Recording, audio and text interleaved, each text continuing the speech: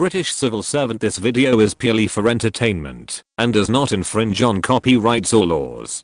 The rights to the novel and image belong to the original author. We do not claim ownership. Don't like waiting and want to listen to this fanfic in full now? Subscribe to our Patreon, where you'll find the best fanfics. Chapter 51. Feint to the east and attack in the west. The partitioned occupation restricted the population mobility and material transportation in Austria. Coupled with the lack of labor force and economic depression after the war, a period of hard life was inevitable. Although Vienna was involved in the war in the late stage and the losses were not great, this was not great compared with Berlin. The depression of the whole city was visible to the naked eye. After dealing with the travel problems of Vienna citizens, the negotiations between the United States, Britain, France and the Soviet Union were just beginning. Before, it was just to solve the problems of Vienna citizens.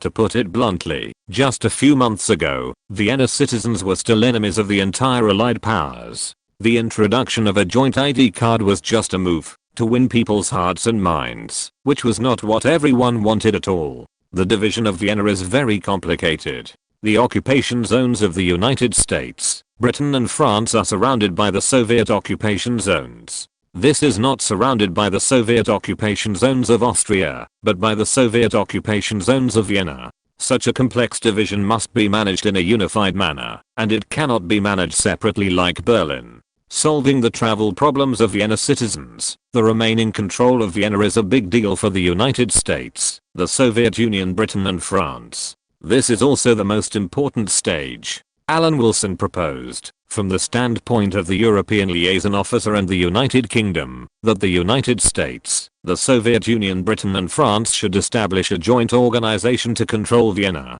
Once a problem arises, everyone can discuss it on the principle of minority obeying the majority. This suggestion was recognized by the United States and France, but was strongly opposed by Petrov, who believed that Vienna was currently in a special situation, and the forces opposing the Allies were still rampant, and they could not relax at this time. When it came to the formal negotiations, Petrov was no longer warm to Alan Wilson, who had been quite pleasing to the eye before. Everyone knows that you imperialists, the United States, Britain and France, are just wearing the same pants. If the minority really obeys the majority, it must be that the United States, Britain and France sit together to discuss, and then inform the Soviet Union to implement it after the discussion. Petrov, who has realized that there is a trap ahead, will certainly not step into the pit obediently. This is simply an insult to his IQ, and makes him a traitor to the people. I really don't understand why the Soviet Union is opposed to it. In my opinion, this is a very fair solution. Stevens spoke at the suggestion of Alan Wilson. This will put the four countries of the United States, the Soviet Union, Britain and France on the same level. It should be a suggestion that no one would object to. Mr. Petrov's objection is unreasonable. As soon as Stevens finished speaking, he immediately caused a wave of echoes from American and French diplomats, who spoke in agreement. The atmosphere of a great alliance belonging to the imperialist camp has been set off. We Soviet Union will not agree. Petrov did not give in, and glanced at the opposite side with a cold look. Why? Just relying on the 100,000 Soviet Red Army soldiers currently occupying Austria. Petrov, who was backed by 100,000 Soviet Red Army soldiers, would never agree to such a proposal that might marginalize the Soviet Union on the Austrian issue. This was simply impossible. Mr. Petrov, we are not trying to marginalize the Soviet Union or anything like that. Seeing that the atmosphere was a little stiff, Alan Wilson, who knew that the other party was relying on the 100,000 Soviet Red Army, of course knew in his heart that the so-called advantage at present was actually limited to the mouth cannon of this special diplomat, so he spoke to ease the atmosphere. The Soviet Union has a real 100,000 strong occupation army, but we have nothing here. The large forces of the United States, Britain and France are still in Germany. If there is a real conflict, won't we just stare blankly? In fact, we have no objection to the current division, but the first district where the headquarters of several of our countries are located. If it is managed by one country alone, it would be disrespectful to the other three, isn't it? Alan Wilson considered his words and said slowly, we are only talking about the issue of the first district now. The four-country division of Vienna divided a total of 22 districts, of which the Soviet Union occupied 60% of the area. The Soviet Union's nominal occupation area is not much, but the area is surprisingly large. The occupation areas of the United States, Britain and France combined are only 2/3 of the Soviet occupation area, which is far from the peaceful division of Berlin. It is still in the middle of the Soviet occupation area and is surrounded. Zone 1 is the headquarters of the four countries and should not be managed by one country. It is located in the center of Vienna and can connect the four occupation zones. Let's talk about the management of Zone 1 now. Alan Wilson said, "We should consider the ideas of other countries. The whole world is watching us now. Don't let us, the Allies, fight among ourselves before Japan surrenders. This is very shameful." Well, of course we don't want to see a backward society. Petrov pondered for a moment. "I want to ask Comrade Molotov for instructions. I can't give you an answer for the time being." "Thank you very much." Alan Wilson expressed his gratitude in a concise manner. Molotov was considered the second most important figure in the Soviet Union by the Western world. After all, it was impossible for everyone to know much about the Minister of Internal Affairs Beria. Petrov was willing to report the situation here to the Soviet Ministry of Foreign Affairs truthfully, which was very sincere. Alan Wilson and the diplomats present could not find any fault with this. After returning to Schönbrunn Palace, Alan Wilson said to Stevens, a diplomat stationed in Vienna, "It will take a long time for Petrov to contact the country, but we have an urgent matter to solve. We can't delay it any longer. I will go to Carinthia to see the situation and see if I can persuade the Yugoslavs to go back." Carinthia is the southernmost state of Austria. It is currently divided into the British occupation zone of Austria. It is adjacent to Slovenia and Italy in the south, which is right next to Tito's enemies in Yugoslavia. Although there are many countries in Europe established by a single nation, there are some Slovenians living in the southern part of Carinthia. These Slovenians also played a role in attracting Yugoslav refugees. Alan Wilson's destination is Carinthia. He persuaded the Yugoslav refugees to return to their country, or failed. It depends on which future will benefit Britain more. Klagenfurt, the capital of Carinthia, is a large city in southern Austria. It is very convenient for air, rail, or road transportation. It is also the actual center of the British occupation zone in Austria. Having made Petrov flustered in Vienna, Alan Wilson came here without even a breath, to perform a feint to the east and attack in the west. "Send me the information of Serbia, Croatia, and Slovenia immediately. How many people are there on the border now? Where are they stationed?" Recommend a friend's new book of the same period, the spy novel Secret War series trilogy Silent Chapter. In the massacre, Luo Yeo escaped death and entered the Linley Special Training class by chance. He used his talent for hearing to kill traitors, catch traitors, hunt down Japanese spies, decipher the Japanese army's top secret codes, and perform a legendary life. An excellent spy, his deeds are all written on the epitaph. Luo Yeo, the greatest spy of the 20th century, teaching, produced by Changfeng. It must be a masterpiece. Chapter 52 Secret Meeting. On the surface, it's still under control. We have mobilized all the staff here, persuaded the Yugoslavs, and concentrated all the armed personnel to defend the border. George, a diplomat from Carinthia, answered hurriedly, following Alan Wilson who had just got off the car. On the surface? Concentrated all the armed personnel. Alan Wilson's body paused slightly, and he opened his mouth to the northwest, as if he wanted the northwest wind to calm his somewhat chaotic mind. After a while, he said, "Just explain the actual situation." Using this modified wording, it can basically be concluded that the situation is more serious than it seems. As for concentrating all the armed personnel to defend the border, this depends on how many British troops are in the British occupation zone. According to what Alan Wilson knows, and the actual situation in Austria, there are only 2 battalions of British troops in the British occupation zone of Austria. Otherwise, how can he say that the occupation forces of the 3 countries added together are the same as nothing in front of the Soviet occupation forces stationed in Austria? Because there are some Slovenians living in southern Carinthia, and the Austrian government is paralyzed, we don't know how many Slovenians there are. There may be many refugees from Yugoslavia hiding in the area, but we don't know about it. Now Austria is under occupation, and we can't organize the former Austrian government's army to do anything. Fortunately, there is no sign of a large number of refugees crossing the border. George explained the actual situation, and looked at Alan Wilson cautiously. Everyone has their own specialties. Although Alan Wilson is unexpectedly old, he is currently the British liaison officer in Europe. If he wants, he can make a mess of George's work in handling refugee issues in his report. But Alan Wilson was obviously in a good mood.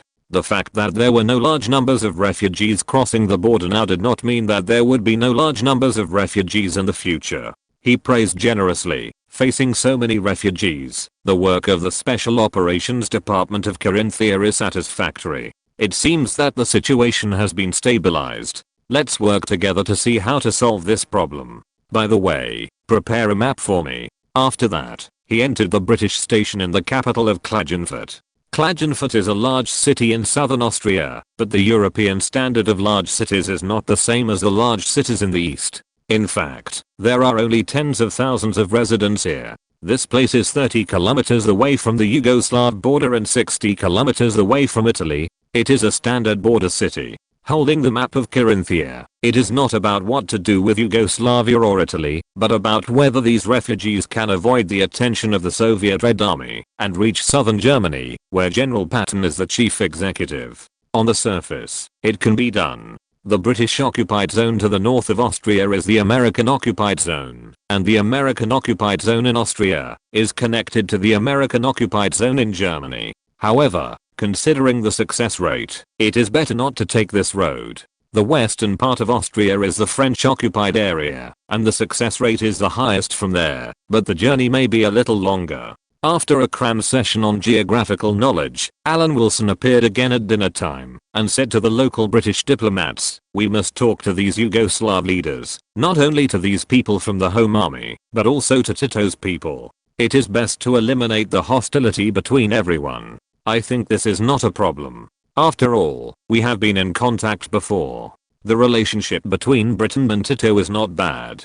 Britain previously supported Tito to replace the Yugoslav Home Army as the force representing Yugoslavia, and few people know that the liaison officer beside Tito before was Randolph Churchill, the son of British Prime Minister Churchill. Alan Wilson, who inherited the tradition of the British Empire to play both sides, is not prepared to talk only with these opponents of Tito. If these opponents of Tito cannot cooperate with the future he planned, he cannot rule out the possibility of selling the Yugoslav Home Army again. After discussing with George, Alan Wilson asked George to contact Tito while he was preparing to meet with the Yugoslav Fatherland Army and the leaders of various organizations mixed in it. The leader of the Yugoslav Fatherland Army, Dracha Mihajlovic, was the deputy chief of staff of the Second Army when the German army invaded. After his troops were disbanded, the Yugoslav Fatherland Army was formed in the Ravnogora Mountains. Mihajlovic fought against Germany. He won the support of Britain and King Peter II in London. Of course, Britain later turned to support Tito, and the evolution of this was more complicated. Now that Germany has been defeated, Mihajlovic, who has been forced into a desperate situation by Tito, thought of the British Empire again, and led the remnants of the Yugoslav Fatherland Army and other opponents of Tito to the Austrian border, hoping for a way out. When Mihajlovic learned that the new liaison officer wanted to meet him under secret conditions, a glimmer of hope rose in his heart. In his current situation, even if the Third World War breaks out, it is a good thing. Mihajlovic came and crossed the border to the meeting place, prepared by Alan Wilson. It was just an ordinary small house. It was not only not grand, but also a bit shabby. Alan Wilson did not even prepare an interpreter. He heard that Mihajlovic knew some English. The door was pushed open, and Mihajlovic, who was also alone, came in. When their eyes met, they were both surprised. Mihajlovic was shocked by Alan Wilson's age, but he was relieved immediately. Randolph Churchill, the liaison officer beside him at the time, was actually less than 30 years old. Alan Wilson was surprised by Mihajlovic's dress. The other party was dressed exactly like an old Russian Cossack soldier, with a full beard, which made him look even more like one. "Mr. Mihajlovic, please sit down." Alan Wilson stood up and gestured. The reason I asked you to come here today is about the future of more than 100,000 people in the border area. Please forgive the poor conditions here. For some reasons, we can only meet under such conditions. Mahajlovic pulled out a chair, sat down and said in broken English, since when? The liaison officer of the British Empire has to talk to people in this kind of occasion. But there is one thing I agree with. This involves the lives of more than 100,000 people. In fact, this is my purpose. I hope to save the lives of these subordinates, so I came here to surrender to the British Empire. We abandoned people just want to survive. Yes, this is our common goal. Alan Wilson lowered his voice and said, but this matter is still difficult. It requires our joint efforts. Mr. Mahajlovic, I believe you are also aware of the current situation. Almost the entire Yugoslavia has been controlled by Tito. This situation makes London very embarrassed. Chapter 53 pointing to a clear path. Seeing Mahajlovic's grim face, Alan Wilson casually said, Mr. Mahajlovic, in fact, when I met you, our diplomats were also meeting with Tito's people. This is very consistent with the style of the British Empire, isn't it? A few years ago, it was you who let Tito replace the legitimate rights and interests of the Motherland Army in Yugoslavia.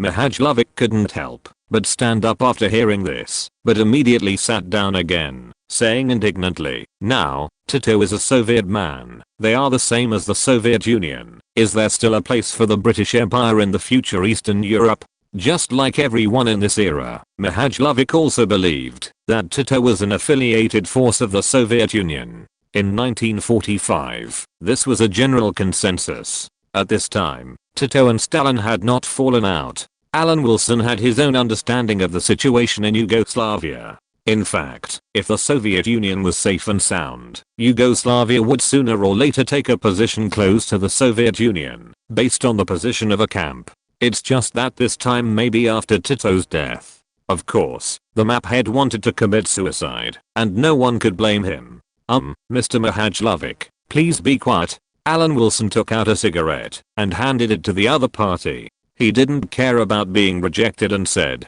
Tito has Tito's problems, and you have your problems, right? The various problems in Yugoslavia today are also affected by you. In fact, I don't understand why an ethnic group that only accounts for 40% of Yugoslavia promotes Greater Serbia. Of course, Croatia is not much stronger in this regard. Now you and the hostile Croatians are being chased by Tito here. Is this also the fault of the British Empire? The main force of the Yugoslav Fatherland Army is Serbs, and they promote Greater Serbia. Alan Wilson didn't know whether this was related to Tito's insistence on promoting co-governance among all ethnic groups after the war, but it is obvious that the existence of the Fatherland Army is a political correctness for Tito. However, Tito's most ruthless liquidation was still the Croatians of the same ethnic group. It is unreasonable to say that Tito deliberately did something to the Serbs for his own ethnic group. I have no intention of discussing with you here who should bear the moral guilt. This is not my purpose. Alan Wilson took back his words. He came forward just by the way, and he could do it or not, but Mahajlovic was different. This was the other party's chance to survive. Mahajlovic also came to his senses and realized that the meeting between the two was not an equal negotiation. If they were finished, the British Empire would not lose anything, and maybe it would be able to establish a good relationship with Tito. On the other hand, Mahajlovic and the current fugitives would be killed by Tito. As early as a month ago, Tito had publicly announced on the Belgrade radio station that he called on the pro-Axis powers in his country to surrender as soon as possible, otherwise they would be treated ruthlessly. How ruthlessly will he be treated if he returns to Yugoslavia? Mahajlovic could guess it without thinking. Traitor to the country, enemy of the people. Just when Mahajlovic was in a state of confusion, Alan Wilson narrated in a chilling tone, how many people on the border can survive now? 10%? Maybe 5%, but for Mr. Mahajlovic and the leaders of other organizations, it is equal to 0. Mahajlovic's face changed, and his heart sank to the bottom. He knew that all hope lay on the young diplomat in front of him. He opened his mouth and said, Mr. Allen must have worked hard on this matter to come forward to meet me. Well, Alan Wilson tapped the table rhythmically with his hands. Mahajlovic misunderstood and quickly said, we also have some accumulation. In fact, this kind of thing involving so many lives may add a great burden to the British Empire. The property we have accumulated over the years of war can be used in exchange for life safety. No one will object. The noise stopped, and Alan Wilson thought to himself that he didn't mean that at all. He was just thinking about how to get Mahajlovic to run to the American occupied zone. However, since the other party got the wrong idea, he took advantage of the situation and pretended to decline. It's good that you can understand this, but this matter must be kept secret. You have to know that it is also very difficult from London's perspective. I understand that Tito is not an easy character to deal with. As the leader of the hostile camp to Tito, Mahajlovic knew very well how powerful his opponent was. Who said Tito? I'm not talking about Tito. Alan Wilson chuckled and said sarcastically, I'm talking about the Soviets. Today the Soviet Union no longer exists, and the next day you can see the coalition forces formed and enter Yugoslavia. Just look at the disintegration of the Soviet Union. The civil war broke out in Yugoslavia, and Germany first armed the Slovenian armed forces.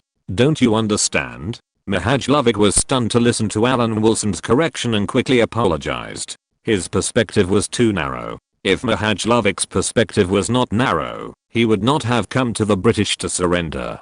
But this is not important. This time, they didn't even need a translator. There were only the two of them. After repeated emphasis, Alan Wilson said, on the surface, we will not accept the surrender of you and these hundreds of thousands of people. Not only Britain, but also the United States and France will turn a deaf ear to it at the official level. However, if there is an unstoppable resistance, we are a democratic country after all. We will not shoot at unarmed people. Alan Wilson revealed seemingly unintentionally, who made the British Army in Austria only have 2 battalions? It is powerless to defend such a large border. Thank you so much, Mr. Allen. Mahajlovic was overjoyed when he heard it. Alan Wilson had already revealed the strength of the British Army in Austria. This was the clearest hint. Mr. Mahajlovic, I haven't said anything.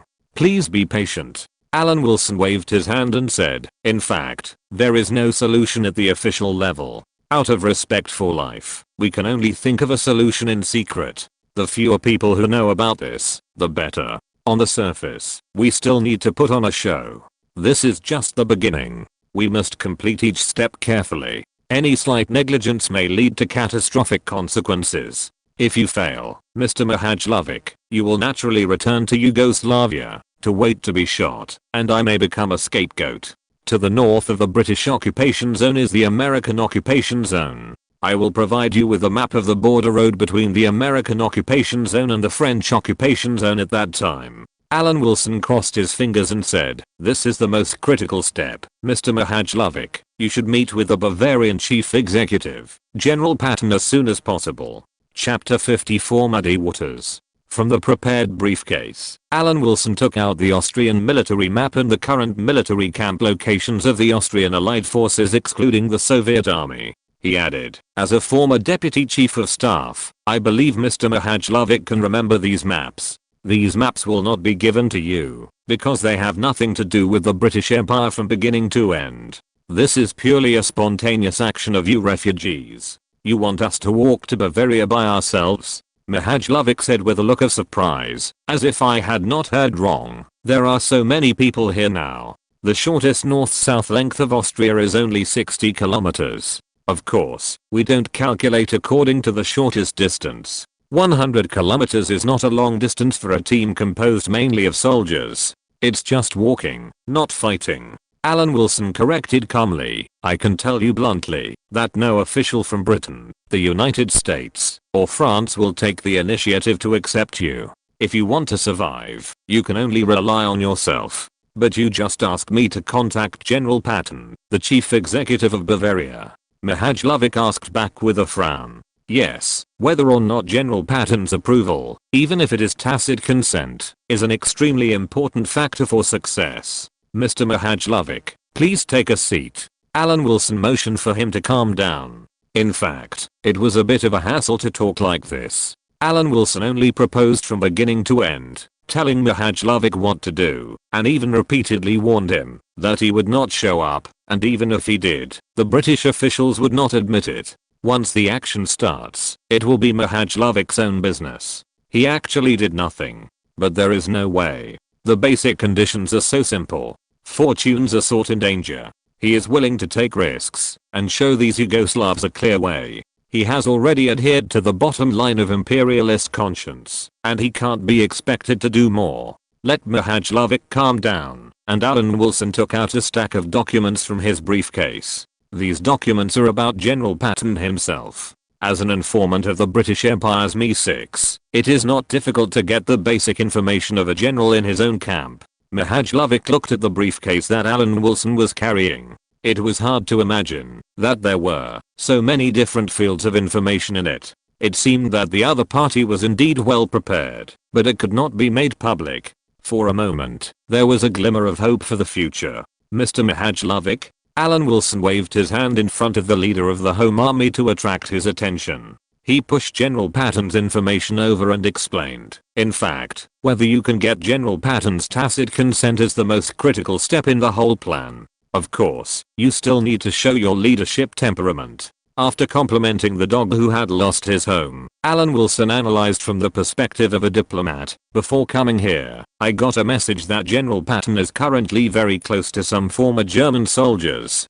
To be honest, this is not in line with the current atmosphere. If someone finds out about this and pokes it at General Eisenhower, Patton may be punished. But this news may not be so bad for you, and it may even be helpful. This has to start with General Patton's personality. Alan Wilson showed an expression beyond his age and simply analyzed General Patton. Patton was a man who did what he wanted and was arrogant. He liked to drive a tank and rush to the front of the team. Patton was a warmonger at heart and regarded war as a part of his life. As for Montgomery of Britain and Zhukov of the Soviet Union, Montgomery was like a clown and Zhukov was just a fool in his eyes. These analyses were made by Alan Wilson, a British diplomat, which surprised Mahajlovic. It seems that the close relationship between the Allies is only a superficial appearance. There are deep contradictions inside. However, even if there are, Alan Wilson will not tell him. After analyzing, he planned for Mahajlovic General Patton as a typical warmonger. He is not even liked by his colleagues, and he is also excluded even in the US military. But this is good for you. He is surrounded by a group of former German soldiers. It can be seen that his pursuit of war has not stopped, so this is a good opportunity for you. If you can meet him, you must express your anger towards the Soviet Union and justify yourself by saying that the Soviet Union is an enemy. As for Yugoslavia under Tito, it is a puppet of the Soviet Union. Alan Wilson eloquently gave Mahajlovic advice. Judging from the future history, what interests of the British Empire are there in Eastern Europe? Sooner or later, the United States and the Soviet Union will be the protagonists, so don't be polite and muddy the waters. To be honest, only the two of us know about today's meeting. Don't tell anyone, Mr. Mahajlovic.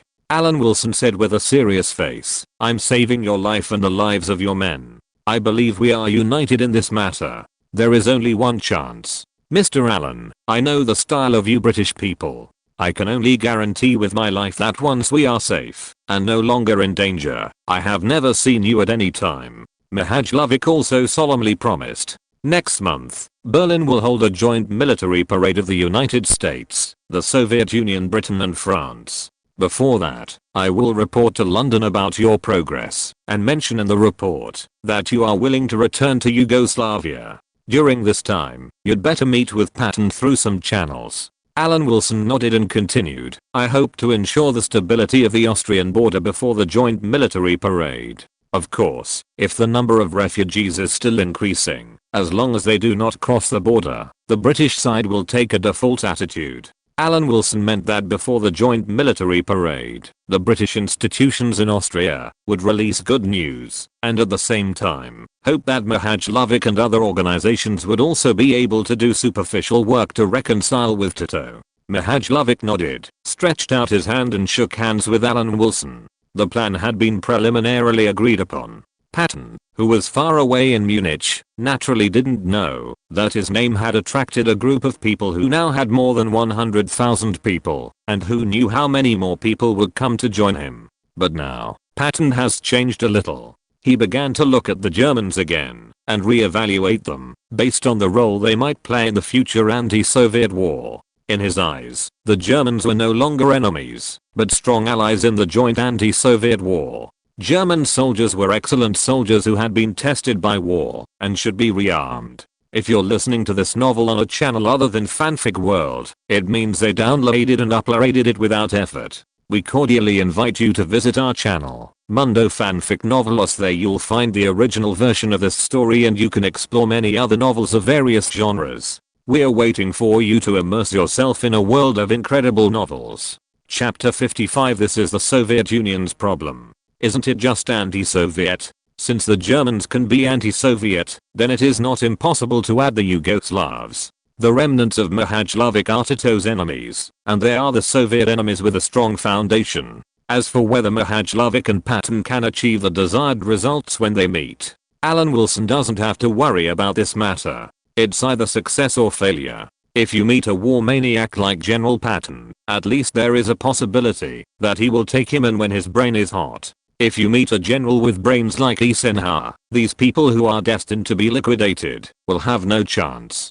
There is no other way except to hope that Patton is willing to take these people in to start a war against the Soviet Union. At least Alan Wilson thinks so. On the other side, George and the Yugoslav representative who negotiated on behalf of Tito recalled the fighting friendship between the two sides and the process of opposing German aggression in a cordial and friendly atmosphere. Liaison officer, the negotiation between us and Tito's representative went well, but there is one condition proposed by the Yugoslavs, or the action they are informing us of, which makes us very embarrassed. George had just finished his part and met with Alan Wilson immediately after finishing. Alan Wilson put his hands in his pockets and asked with a question mark on his forehead, "What's the problem? What should I do if I don't follow the procedures? The British Empire has its own national conditions and systems. What's wrong with taking some time? As long as the final result is good, isn't it okay?" Alan Wilson thought that his attempt to delay time had been discovered by the Yugoslavs, and he was furious. After all, the British Empire was still one of the three powerful powers in 1945, and British India had not yet gained independence. Yugoslavia came out to cause trouble. Did they really think that they would never surrender until the Indians' blood was shed dry? Liaison officer, that's not the problem. Yugoslavia is currently depriving the German population of their citizenship. They want to drive the German population back to Germany or Austria. This is already in progress. George knew that Alan Wilson had misunderstood and explained the population involved, maybe more than 100,000. Alan Wilson opened his mouth and rolled his eyes. He thought for a while and said, "This is really a tragedy." He wanted to squeeze out a drop of crocodile tears, but unfortunately failed. After World War II, in view of the fact that Germany launched 2 world wars in 30 years, and the result of World War II was the joint occupation of 4 countries, the entire country had completely failed. Under the halo of this political correctness, a movement to drive out the Germans was launched across Europe. The liquidation in France was considered mild among them. After all, there were not many Germans in France. This expulsion outside Western Europe was even more vigorous. In the eyes of Eastern Europeans, World War II was launched by the Germans, and the entire Germanic nation had to take the blame. In the late stage of World War II, and at the end of the war, as many as millions of German citizens were forced to migrate back to Germany from other European countries. This was just the beginning. The expulsion movement did not end until the 1950s. A total of tens of millions of Germans were expelled. Liaison officer, should we report the situation here to London? George saw that Alan Wilson was silent and began to summon the souls softly. It seems that there are quite a few Germans in Yugoslavia. Quite a few? More than 500,000. Of course, we must report to London immediately, and we must severely reject the expulsion of the Yugoslavs.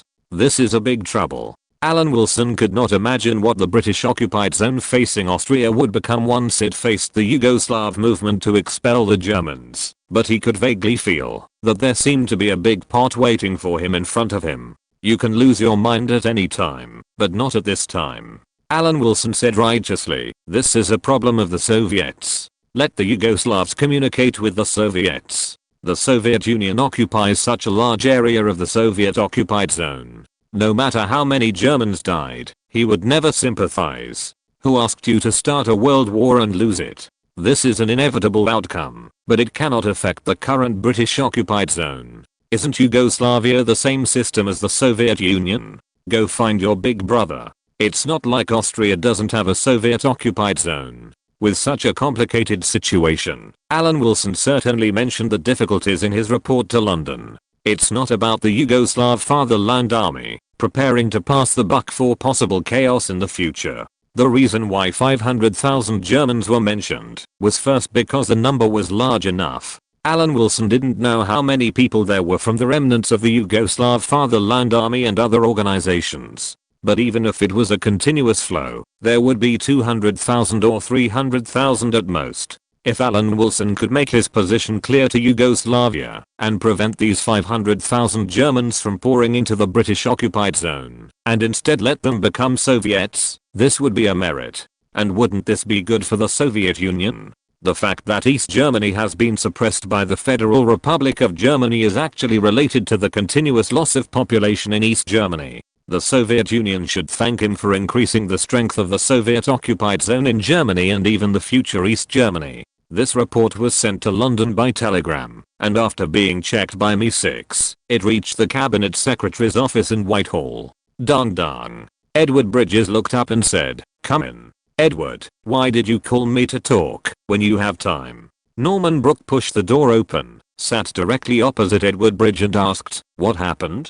Do you remember the little civil servant who had a good relationship with General Mountbatten? He is in Austria now." Edward Bridges shrugged and handed the document to Norman Brooke, took a deep breath and said, "I don't know if it's because of working in British India or for some other reason. Maybe he confused Europe with the obedient Indians. In short, he seems to feel good about himself and is going to solve a difficult problem." "Oh." Norman Brooke flipped through the documents and nodded in agreement. "Maybe what you said makes sense. There are two main problems. Some remnants of the pro-British Homeland Army before the war, and the other problem is bigger. Yugoslavia has started a movement to liquidate the Germans. To be honest, it seems that there is such a movement in Europe, especially in Eastern Europe, and the scale in Eastern Germany is even larger. But that's the Soviet-occupied zone, and Yugoslavia is directly next to the British-occupied zone." Edward Bridges leaned back in his chair and said, "The Prime Minister's meaning is the same as my suggestion. Some of the remnants of the Fatherland Army can be taken in, but the Germans eliminated by Yugoslavia must not enter the British-occupied zone. This is a Soviet problem." This little civil servant has a good understanding of this point. Norman Brooke finished reading the document in a blink of an eye and nodded in agreement. "Why not just stay in Berlin honestly? Why do you have to face such a difficult matter?" Chapter 56. There is a stolen money. If we pretend we didn't see it, will it disappear? Alas. Edward Bridges leaned back on the chair, like he had no bones, sighing, "We can accept some of the Home Army to a limited extent. After all, the King of Yugoslavia is still in London, but the number should not be too large. Then give encouragement in the telegram." Norman Brooke nodded in agreement. "Authorize this small civil servant, just like what is said in the telegram, to take a tough attitude on the issue of expelling the Germans. The Yugoslav Home Army can be left alone." Alan Wilson, who was still in Austria, did not expect to receive assistance from London. This was really a pleasant surprise. Unexpectedly, London was ready to accept some of the Home Army. This might be the style of the old imperialists. They were clearly doing murder and arson, but they still paid attention to their appearance. With this flexible telegram, in a sense, it actually gave Alan Wilson more room for action. He didn't know that in British history, a group of less than 10,000 Home Army soldiers were finally accepted, and then the remaining people on the Austrian border were repatriated. He didn't need to know, because the current chaos in the border area has already given him a headache. The investigation report sent by Georgia alone included the National Front of Albania, the Ustasha of Croatia, and the Home Defense Force of Slovenia, all of which were puppet armies supported by Germany before. The Soviets have a saying, "Whether you are close or not depends on your class." Alan Wilson threw the investigation report on the table and said angrily, "They are all pro-German. It is right for Tito to kill them. Sooner or later, they will become soap for the Germans. Alan Wilson was so angry that he used class to evaluate these organizations. In fact, during World War II, Germany's racial thinking affected the whole of Europe. There is no ideology in the world that advocates that the nation is above all else, which can surpass racism. However, will racists from all countries stand on the standpoint of their own nation and kill each other? The realistic answer is no. Before Germany invaded France in World War II, the most vigilant group in France against Germany was not the right wing, but the French Communist Party. On the contrary, nationalists were generally pro-German. After the German army came in, French nationalists generally chose to be the guide party instead of holding high the national flag to resist. It's not just France. France's problem is not serious in Europe, but Eastern European countries are serious. Just like now, the Home Army and the Croatian Ustasha, who should have hated each other, and indeed had a blood feud during the war, didn't they surrender to Britain at the same time? The two major military organizations that set up concentration camps for each other and cleansed each other's ethnic groups stopped fighting when they met Tito. Survival is the most important thing. Liaison officer, although this is the case, there are several commanders of the Ustasha who want to see you. After a few days of contact, George also knew that Alan Wilson had no sympathy for these German remnants, but he still gritted his teeth and said, "They said they have something important to say. I can understand the desire to survive, but unlike the Yugoslav Home Army, we in Britain have nothing to do with the Ustasha." Alan Wilson scratched his head, his face full of disinterest. Although he had a plan to put these pro-German racists on Patton's side, he had no plan to communicate with the Croatian Ustasha, and the more people knew, the easier it would be for the plan to fail. As long as Mihajlovic led the Homeland Army across the border, causing a herd effect, other pro-German organizations would instinctively follow, so there was no need to communicate with these organizations. Seeing that Alan Wilson was not interested, George said anxiously, "They said this might benefit you." Alan Wilson's face changed instantly, with an expression of "I understand," and smiled. "I see. Bring him and them over tomorrow. I can't make it difficult for you." Alan Wilson felt that George must have received some benefits. For money, not shabby. He happened to be from British India, and in terms of professionalism, it was even more excessive than in Europe. After agreeing, Alan Wilson went to rest directly, in May, on the border between Austria and Yugoslavia. Countless people couldn't sleep all night. They didn't know if the goddess of fate still had pity on them. The goddess of fate never pity anyone. These groups of hundreds of thousands of people who are still increasing in number, their fate is in the hands of London, or in the hands of Alan Wilson, the liaison officer. The meaning of the telegram sent back from London was very clear. It had given Alan Wilson the opportunity to operate flexibly. It was also because of the local diplomat George that he finally decided to meet with the leaders of the pro-German armed forces such as the Ustasha. Although they met, Alan Wilson was not prepared to leave the other party alive. The predetermined fate of these Croatians was to be cleared out by their fellow tribesman Tito. "Dear liaison officer, in fact, we have a sum of money hidden in the Vatican Bank." Razmovich, the leader of the Ustasha, took the initiative to speak when he saw Alan Wilson. "This is the operating fund of our Croatian government, hidden in the Vatican Bank through the channels of Germany and Italy. How much is it? Is it banknotes or gold? Where is it?" Alan Wilson was no longer sleepy when he heard it. "Why didn't you say that there was money earlier? If I said it earlier, would I neglect you? What is the British Empire lacking now? If you don't consider the face problem, it is lack of money." When Alan Wilson heard that Razmovich had a sum of money, he changed his attitude directly. Now it has been less than 2 months since the US military found the mine treasure. When the US troops invaded Germany, one of the women provided the US troops with a very important piece of information. The Kaiserode mine contained a large amount of wealth buried by the Nazis. Following this information, the US troops eventually found the treasure buried by the Germans, which filled hundreds of trucks. The gold alone was worth more than $200 million.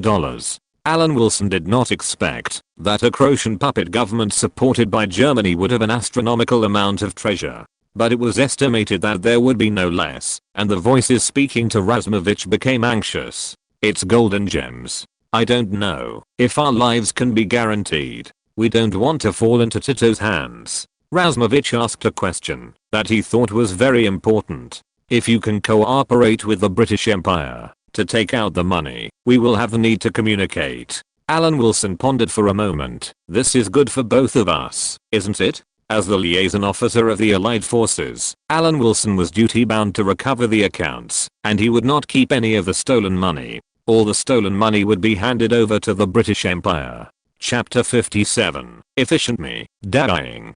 For the leaders of the Croatian Ustasha, buying lives with money is a way out. No one knows better than them how many lives the Ustasha has in their hands. As far as the Ustasha did what the Germans did, it was not too much to be purged by Tito. Tito had no reason to show mercy, and the consequences of doing so might be dissatisfaction among the Serbs. Although the Serbs only accounted for 40% of the population of Yugoslavia, they were at least the largest ethnic group. Tito had to consider the feelings of the Serbs.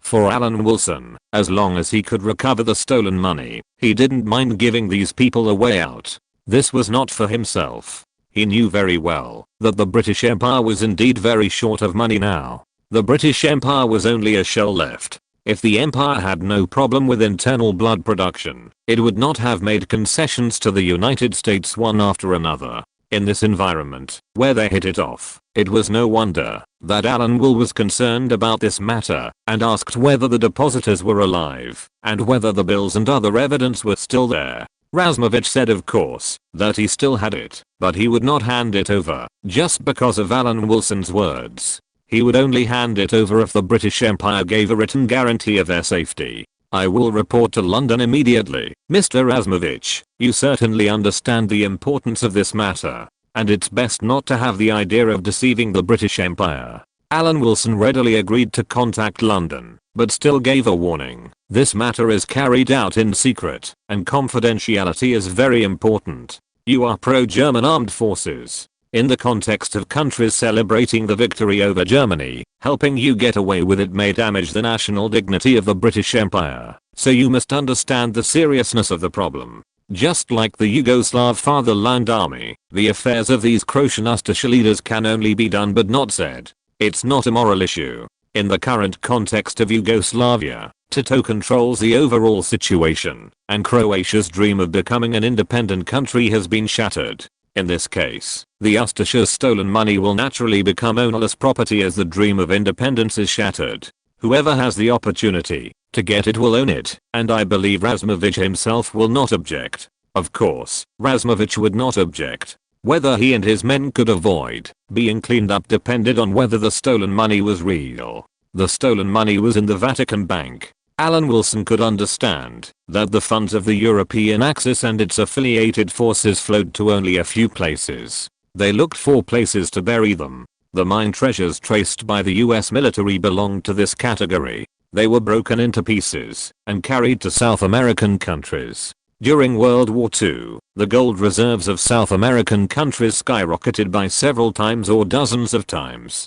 The third destination was the Vatican, which was right in front of us. The Vatican Bank, originally named Bank of Religious Affairs, was a private bank established by Pope Pius XII during World War II. It is the most mysterious financial institution in the world because of its completely opaque capital operation method. Except for the Vatican, no one knows the management method, capital amount and other key information of this bank, and no organization has the power to supervise and manage it. Therefore, for outsiders, it is almost an impossible task to understand such an institution and discover some of its secrets. During World War II, the Vatican was deeply involved in the situation in the Balkans because Croatia was Catholic and Serbia was Orthodox. It was also very reasonable for Croatian leaders such as Razmovich to hide the stolen money in the Vatican Bank without any concealment. After meeting with Razmovich, Alan Wilson wrote a detailed report on the whole story and informed London.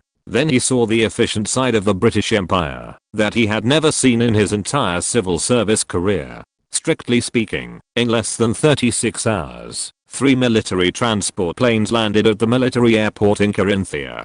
I thought the Germans were coming back. Looking at the people in the transport planes filing out, Alan Wilson sighed helplessly. It was a miracle that they flew here from the British mainland without being shot down. The 3 military transport planes that landed were Ju-52 transport planes, the most famous transport planes of the German army in World War II. Before the war, it opened up many new routes as a civil aircraft.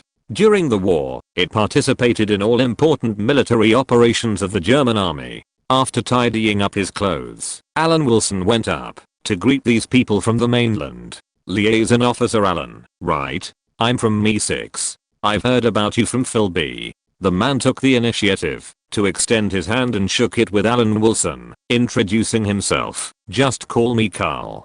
Since we received instructions from the Ministry of Foreign Affairs, we have found 3 old transport planes to fly here. We are really afraid of being shot down. It's better to eliminate these German transport planes as soon as possible. The performance is not up to paragraph. Besides, it's not wartime now, so there's no need to pretend to be Germans. Alan Wilson joked. Looking at these German military transport planes, they have performed many missions behind enemy lines during wartime. It's a bold guess that they may have been to Yugoslavia several times. Let's meet these Croatians. Whitehall attaches great importance to this matter. After all, we have to restore the post-war order and pursue the property that the Germans looted from various countries during the war. This is very important. Karl righteously said that he wanted to uphold justice for the European countries that were deeply poisoned by Germany, but Alan Wilson just listened to his words. What kind of justice needs the support of Mi-6? These people also drove a German transport plane. Isn't it obvious that they are going to do some sneaky things? The British Empire is inefficient. It depends on the time. At least for the sake of money, the gentleman showed unprecedented efficiency and immediately met with Razmovic and others. This is a written agreement issued by the Ministry of Foreign Affairs. If Mr. Razmovic can help us recover the wealth belonging to the victimized countries in Europe and the Vatican, it means that we have reflected on the crimes during the war.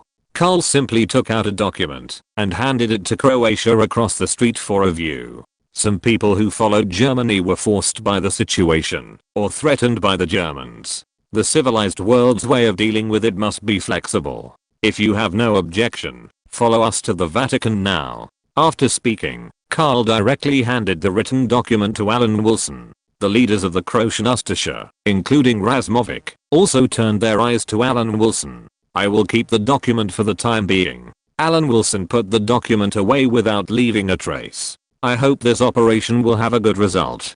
Chapter 58 Yugoslav Friends. This trip to Rome had little to do with Alan Wilson. As a diplomat, he naturally had no experience in charging into battle, but he still hoped that Karl and his team would act smoothly and successfully recover the stolen money.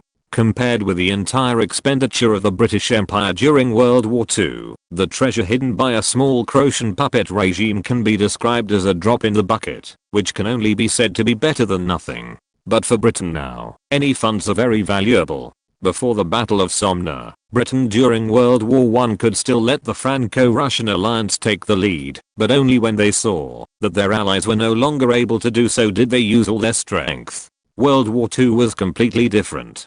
Facing the return of Germany, Britain, especially Churchill, almost used all their strength from the beginning. Britain's distrust of the Soviet Union was real, but at the same time, it was not ambiguous to support the Soviet Union. As soon as the war between the Soviet Union and Germany broke out, Britain did its best to support the Soviet Union with materials without saying a word. Not only did Britain use its milk in World War II, but even its colonies were all desperate. In addition to the British mainland, Australia had a population of 7.5 million, and 950,000 people were mobilized to participate in the war. Canada, with a population of 12 million, mobilized 1.5 million people to join the war. By 1945, the per capita wealth of American citizens was twice that of British citizens. This was not the total economic volume, but the per capita wealth. At this time, Alan Wilson certainly could not benefit from it. The Croatian depositors who followed Mi-6 to Italy were soon found.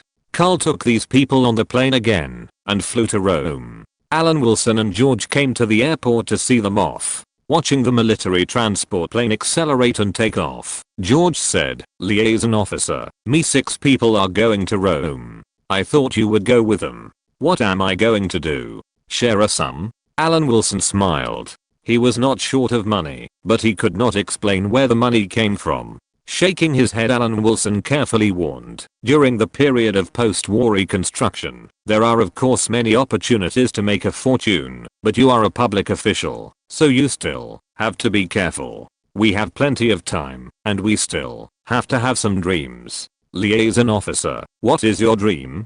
George also knew that Alan Wilson meant well, and must have seen that he had accepted the benefits of the Croatians. Of course I'm contributing my strength to Britain. Alan Wilson laughed and said something repetitive in a neutral way. Of course he has a dream. At least he can't watch the British Empire, which was the world's first colonial empire in 1945, gradually become the shame of the 5 permanent members of the UN, and then be ridiculed for not giving the position in the United Nations to India. Alan Wilson did not expect to wipe out the strength of the United States and the Soviet Union single-handedly because of his existence. But at least it should be better than Britain being a follower of the Americans in history. For Britain, it won the war and lost its wealth, and as a former hegemon, the United States could not trust Britain. On the surface, Britain could get superficial respect from the United States because of its history as a former hegemon. Alan Wilson, who did not follow Mi-6 to Rome, continued to plan his own secret operations in the British-occupied zone of Austria. During the second meeting with Mihajlović, he put forward a condition. Now in the border area, whether it is Serbs, Croats, or Slovenes, lay down your weapons immediately. I will contact the troops in the British occupied zone to confiscate these weapons. Alan Wilson said to Mihajlović, we have to hand these weapons over to Tito's people and pretend that the matter has been resolved. Hand over the weapons? Mihajlović was a little hesitant. He felt that, once the weapons were handed over, the Yugoslav Fatherland Army would no longer have any bargaining power. Mr. Mihajlović, you are not qualified to refuse. At this point, you can only trust Britain. While Alan Wilson was speaking, he took the written document given to him by the Ministry of Foreign Affairs. Although it was for the Croatians, it would not hurt to show it to Mihajlović at this time.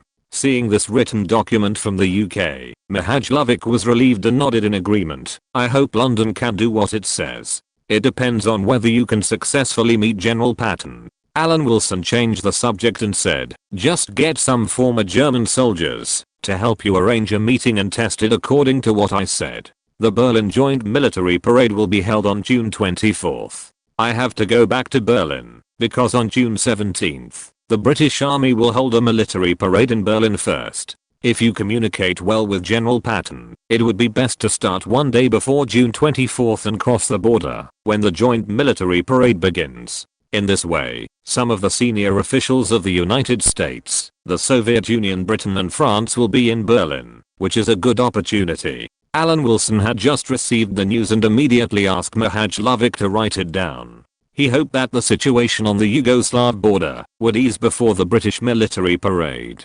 But during the joint military parade, it suddenly took a sharp turn for the worse. In this way, the joint military parade is imminent and the Allied leaders may not have time to react. Mihajlović had contact with the former military group in Germany, in southern Germany, because General Patton did not conceal his hostility towards the Soviet Union. Some local German public opinion was singing praises for General Patton, saying that General Patton protected the essence of Western civilization and resisted the Soviet Union's ambition to enslave Germany. It is not known whether the German prisoners of war in the Rhine camp would agree with these flattering words, but this is good for Mihajlović's trip to Munich. In this way, after this meeting, Mihajlović, the leader of the Yugoslav Fatherland Army, disappeared.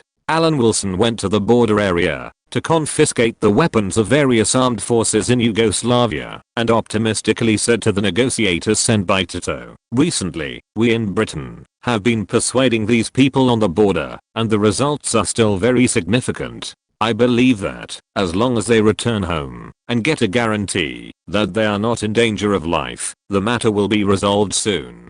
After all, who is willing to leave their homeland?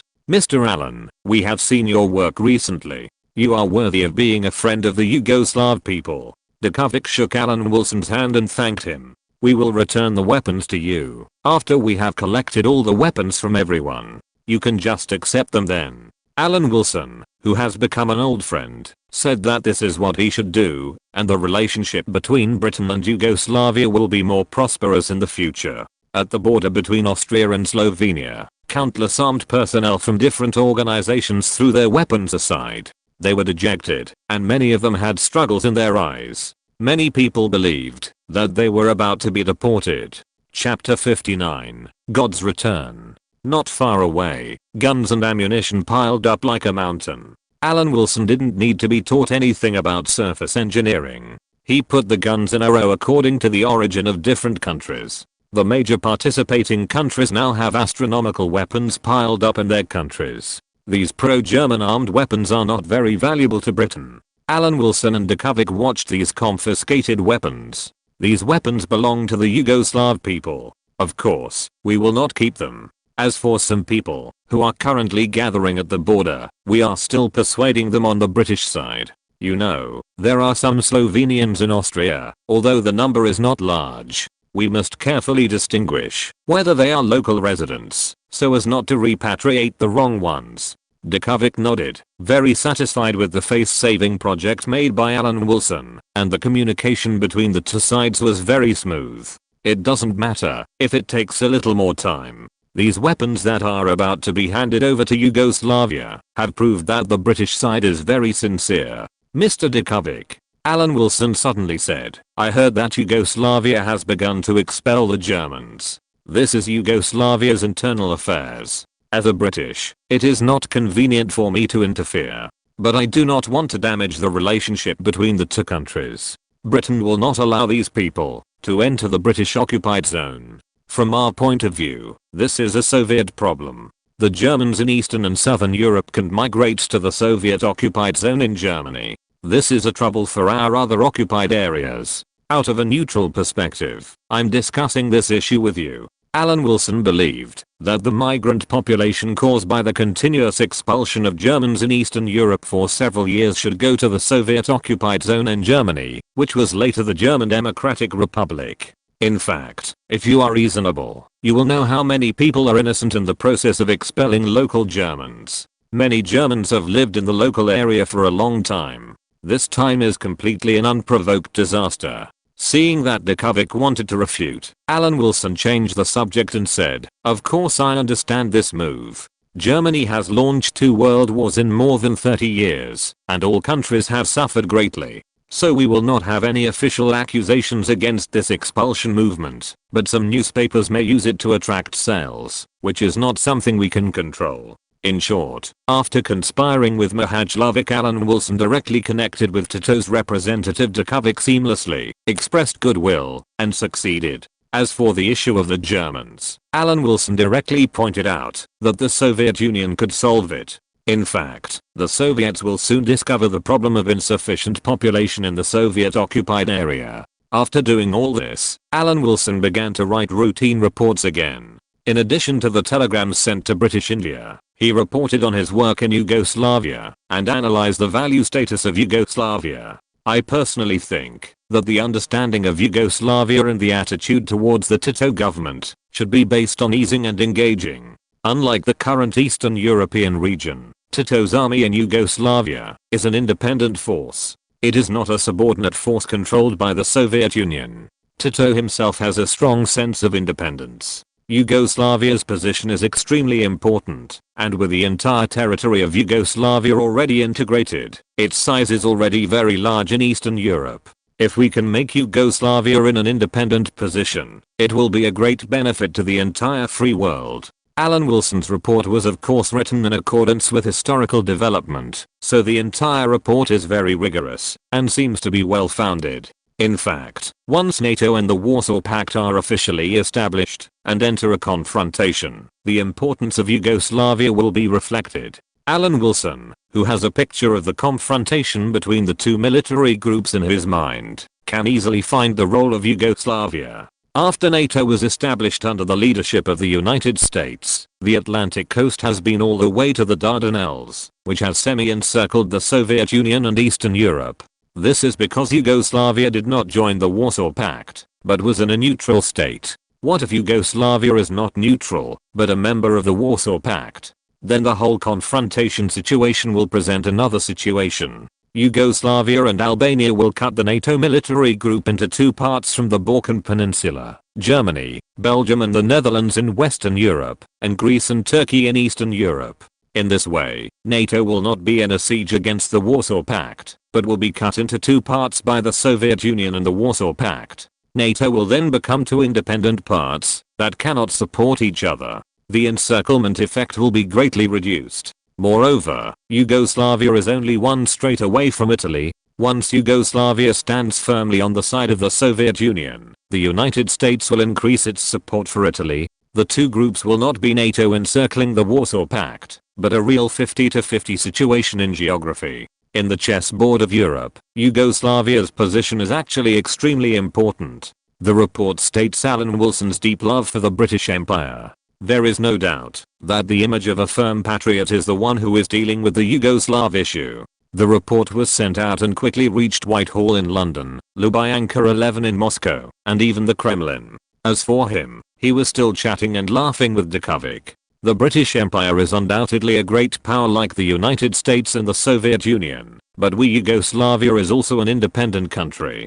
Djokovic also expressed his country's position. We in the British Empire respect independent countries very much. Alan Wilson said righteously, seeing a country, he would try to fight it first, and if it is not easy to fight, he would talk to it. This is not a shameful thing. In Rome, Italy, Carol was still with Mi-6 to recover the stolen money of the Axis powers. Mihajlovic, who had already arrived in Munich, was talking about his future with several former German soldiers. After a few days, the first thing that went well was in Rome. The Mi-6 arrived in Rome and began to investigate the stolen money involved in the Vatican Bank. Because the depositors were still there, the spiritual symbol of the Christian world soon said that what belongs to God belongs to God, and what belongs to Caesar belongs to Caesar, and decisively bowed to the British Mi-6 who came to the door. Just as the Vatican cooperated decisively with the Spokespersons of God when the Axis powers Germany and Italy were at their peak, the betrayal was just as smooth as silk now. Chapter 60, Undercurrents of Calmness. After the Mi-6 agents led by Karl learned that the Vatican Bank was willing to cooperate, they immediately took out the gold and gems stored by the Croatians, and then directly transported them onto military transport planes and left Italy. The whole process was very smooth, of course, in order not to be discovered by the US military in Italy.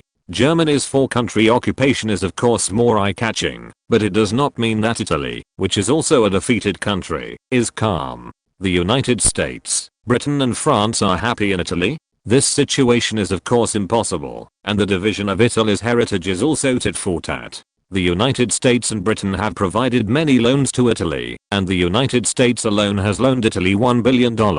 Italy wants to pay compensation to the victorious countries, especially the Soviet Union, and can only pay with loans from the United States. Of course, the United States did not agree, saying that Italy can pay compensation to the Soviet Union, but it must not use American money to borrow flowers and offer Buddhas, and give the Soviet Union a free ride.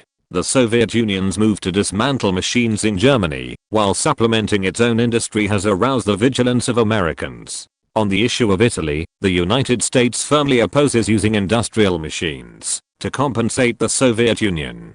Finally, a compromise was reached, and Italy paid with products, but it had to do so after Italy recovered. Italy also has overseas colonies, and the colonial issue has become a battlefield for the confrontation between the United States, Britain and France. Italy has many colonies in Africa. Britain wants to occupy Italian Somalia, which was previously controlled by Italy, and puts forward a Greater Somalia plan to merge Italian Somalia into British Somalia. France does not want Britain to take too much advantage, and believes that Italy's colonies cannot be easily changed. After all, Italy is not as sinful as Germany. The attitude of the United States towards Italian African colonies is not to divide them easily, but to hand them over to the United Nations, which is already under construction, for trusteeship. The headquarters of the United Nations will definitely be in the United States, and the United States can use this to exert influence in favor of the United States in Italian African colonies. At this stage, the United States, Britain and France in Rome, while jointly forcing the Soviet Union to make concessions, also frequently fired at each other. The struggle for the status of Germany and Italy as defeated countries. This naturally has nothing to do with Alan Wilson, because he was the direct person responsible for discovering the stolen money in Croatia. After MI6 took away the treasure, Alan Wilson was told that the operation was successful, but he did not know how much the wealth was worth. But it didn't matter. He had never been tempted by the money. Britain was in urgent need of money from anywhere. It was no less than the possession of the thief king. The money arrived in London, and he, the liaison officer, had contributed to it. While MI6 went to Rome to uphold justice and recover the stolen money from the victim country, Mihajlović had also arrived in Munich and met with the person he was looking for to contact General Patton, German Army General Hermann Borch, the commander of the 11th Armored Division. During the Stalin campaign, the commander of the 11th Armored Division, Hermann Borch, had fought in the Don River and the entire defense zone of the German Don River defense line. He continuously attacked and dealt a heavy blow to the Soviet army on the move with swift actions, causing huge casualties. In May 1945, at the surrender ceremony held by the Allied forces in Bavaria, Germany, a German armored division that surrendered voluntarily received special courtesy from General Patton of the US Third Army, who was always known for his arrogance. Patton unexpectedly said to the commander of the armored division, "We fought to a draw. Your troops are good at fighting, and are well-class troops." Hermann Borch then came to live in Bavaria. He was considered by General Patton to be a professional soldier who implemented the policies of the Third Reich. The two often talked about the current situation. The common point was that they were both very dissatisfied with the Soviet Union. Hermann Borch fought bloody battles with the Soviet Red Army on the Eastern Front for several years. Patton believed that the Soviet Union had become an enemy of the world order dominated by the United States, and he must take advantage of the current opportunity to eliminate the Soviet Union. It was at this time that Mihajlović met Hermann Borch and tearfully made a request. "We, the troops who fought side by side with the German soldiers, have reached the point where we have to ask you for help. At the Austrian border, the British prevented us from surrendering to Britain, and may even deport us back to Yugoslavia. Once we return to Yugoslavia, everyone will be purged. Admiral Hermann, you know the Soviet style. Tito is the same as the Soviets. Aren't the British former supporters of the Homeland Army?" Hermann Borch asked with a frown. "Why are they so ruthless and just give up on you?" "Admiral Hermann, the British have always been like this." Mihajlović had been repeatedly indoctrinated by Alan Wilson, and because he would be purged by Tito once he was deported, he followed Hermann in cursing the British without mercy. "I understand that the only chance now is General Patton, the military and political chief of Bavaria. I heard that he is very tolerant of many German soldiers. General Hermann, once the war with the Soviet Union breaks out, I believe the Allies will also need the power to attack Yugoslavia." Mihajlović pleaded with a sad look. "Can I meet him?" Hermann Borch fell into deep hesitation. If he, a German second-level general, was dissatisfied with the current situation of Germany being occupied by four countries, he would certainly be dissatisfied. Once the situation of the four-country occupation was determined, Germany would be divided from then on, and it might never be unified. These were the reasons why a group of German soldiers tried every means to encourage the Americans to directly join forces and march east to attack the Soviet Union. As long as the war started again, the German soldiers in prisoner of war camps in various places would be released, and Germany's autonomy would be restored in the war. This kind of agitation was not without effect. General Patton, the military and political chief of Bavaria, showed more and more dissatisfaction with the Soviet Union, which was a huge achievement. "I'll find a private occasion for you to meet General Patton. But I won't say anything, you can talk to him yourself." After a long thought, Hermann Borch seemed to have made up his mind, and agreed to create an opportunity for Mihajlović. The scenery of the manor in Bavaria is always intoxicating at night. Although Europe has regained its peace, the secret struggle continues. Germany's division and occupation, Italy's colonial division, and refugees on the Austrian border. Further away, there is an armed confrontation in Greece, not to mention the resistance of Japan in the Far East. In the first half of 1945, the world was not at peace, and some people wanted the war to continue. Unless Patton and Eisenhower's positions are swapped. Alan Wilson shook his head. It might be a coincidence. He also wondered if the United States could continue the war, but he still thought it was almost impossible. Chapter 61. The matter is over, and I'm leaving. Recently, Alan Wilson was at the border between Austria and Yugoslavia, counting the number of refugees currently entrenched here. Previously, it was estimated that there were more than 100,000 opponents of Tito, but in fact, the previous estimate was slightly optimistic. Now there are more than 200,000 in total, including only 80,000 Yugoslav Home Army, 110,000 Croats, and less than 50,000 Slovenians, which is not a small number in terms of numbers. This armed force can also be said to be a refugee team. Not only has it not decreased, but there is a trend of increasing, especially the Croatians, who are definitely the ethnic group that Tito has focused on clearing out. The process of collecting weapons was very smooth, which made Alan Wilson recognize the leaders of these pro-German armed forces. After all, they are armed forces that participated in the World War, not pure refugees. Just like peace believers, the Saudi Prince Army and the Chechen Army are both peace believers. I believe no one will think that the combat effectiveness of the two is equal. The only thing Saudi Arabia can be sure of is that it is very good at playing political football in Asia under the protection of a group of West Asian bodyguards, and then representing Asia in the World Cup as a background board of the tragedy. In the Asian arena, no matter how Saudi Arabia walks, it often wins in the end, but it's a pity that it doesn't work outside of Asia. The organization of these pro-German armed forces reduced a lot of trouble for Alan Wilson. After all, the British Army did not have many people in Austria, so how could they deal with this team of more than 200,000? For the first time, Alan Wilson felt that the so-called soft power was not completely useless, and it was not completely self-mockery. After having no strength, it was always useful. On this side, British diplomats asked Yugoslav representatives to receive a batch of weapons every day. On the other side, the leader of the Yugoslav Fatherland Army, Mir Osman, appeared in front of Alan Wilson again, after disappearing for a week. Mir Osman, who secretly went to Munich, could not hide his excitement, and said to Alan Wilson, liaison officer, General Patton hates the Soviet Union very much. It is an undisguised disgust. When I mentioned that the Yugoslav Fatherland Army could also join the war as a force, his joy was beyond words. Alan Wilson listened with great interest at first, but he immediately figured it out, and couldn't help interrupting. To put it simply, you didn't actually hear any promises.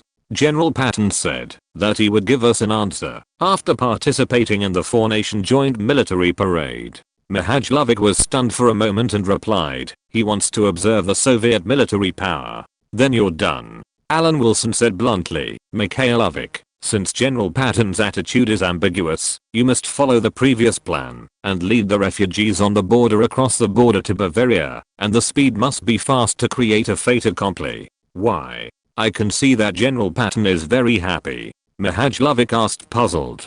General Patton is a famous general in the US military, but the highest general in the US military in Europe is Eisenhower. Eisenhower is more of a politician than a general. Politicians only consider the pros and cons of an issue, unlike Patton, who is more like a soldier who purely likes war. Your hope for safety lies only in General Patton. This is why Britain cannot accept you. We don't have a famous British general close to Yugoslavia, so we can't do this. Alan Wilson started a long speech, from the division of occupied areas to the current international situation. What is the difference between generals and politicians? How the Soviets will react, etc. The key is why Britain cannot accept refugees in the border areas and pass the buck.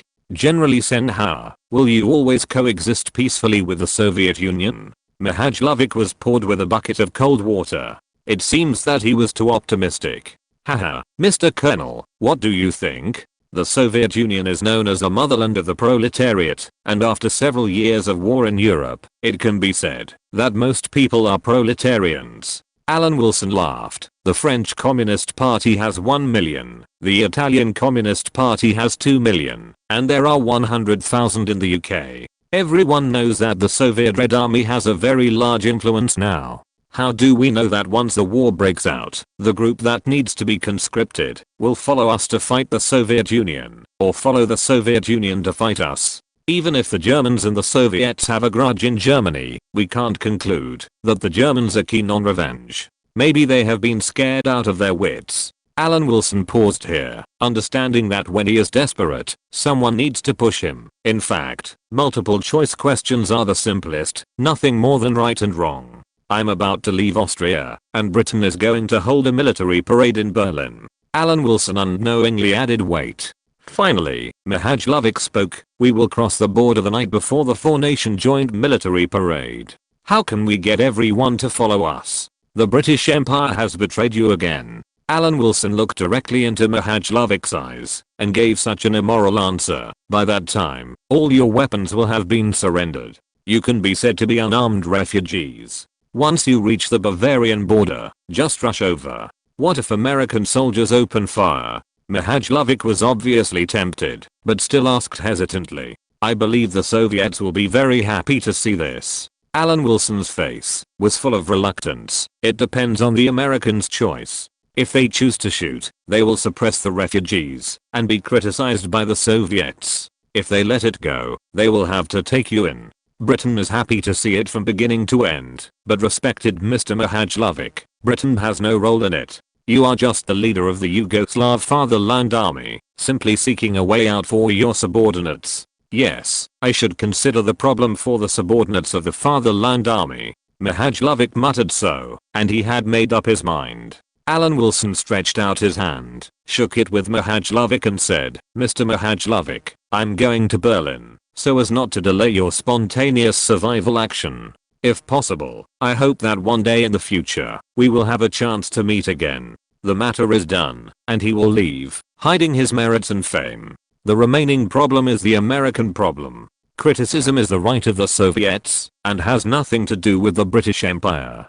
He also has to return to Berlin to attend the British military parade. After all, the British Empire is still a staunch ally of the United States and the Soviet Union, so it can certainly enjoy the right to hold a military parade in Berlin first. If you're listening to this novel on a channel other than Fanfic World, it means they downloaded and uploaded it without effort. We cordially invite you to visit our channel, Mundo Fanfic Novelos. There you'll find the original version of this story and you can explore many other novels of various genres. We're waiting for you to immerse yourself in a world of incredible novels. Chapter 62 Return to Berlin. In the whole thing, Alan Wilson asked himself, in fact, the only place that might be exposed was Mihajlovic.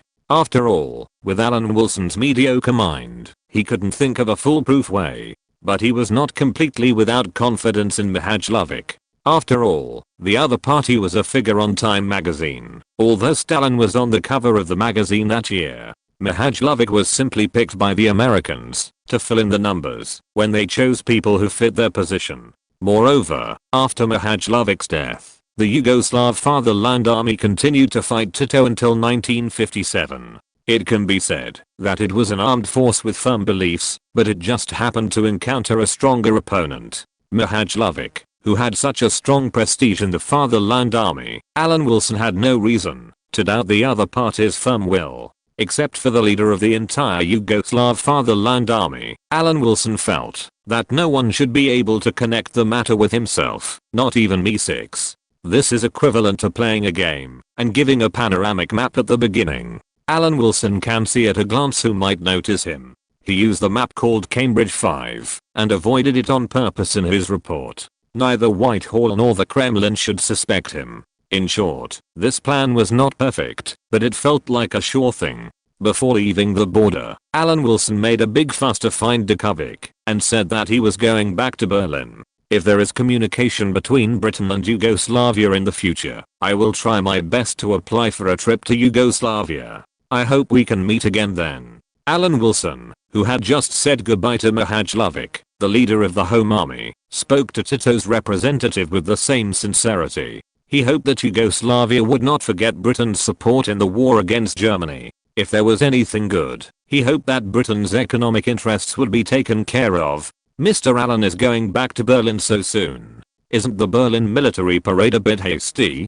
Dikovic asked curiously. Isn't it a joint military parade of 4 countries? Even if Britain doesn't consider the Soviet Union, it can ask the United States and France for their opinions. What is there to wait for a country bumpkin, a country that surrenders? Alan Wilson curled his lips and said, I don't deny the strength of the Americans, but in some things, Britain is far more trustworthy than Americans.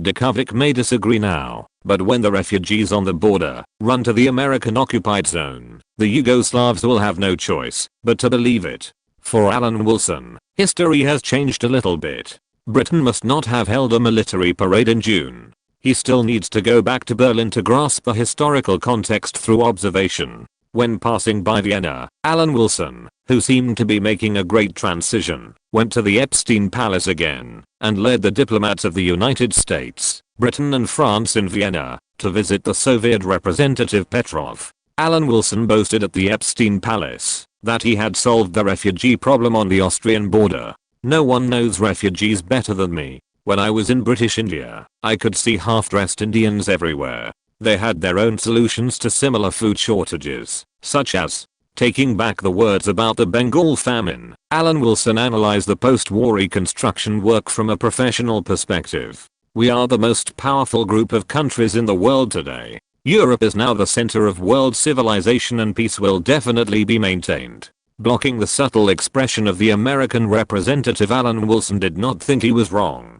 Britain and France had to wait for the Suez Canal War 10 years later before they were stripped of their underwear. After that, Europeans gradually admitted in their hearts that the United States was superior to Europe.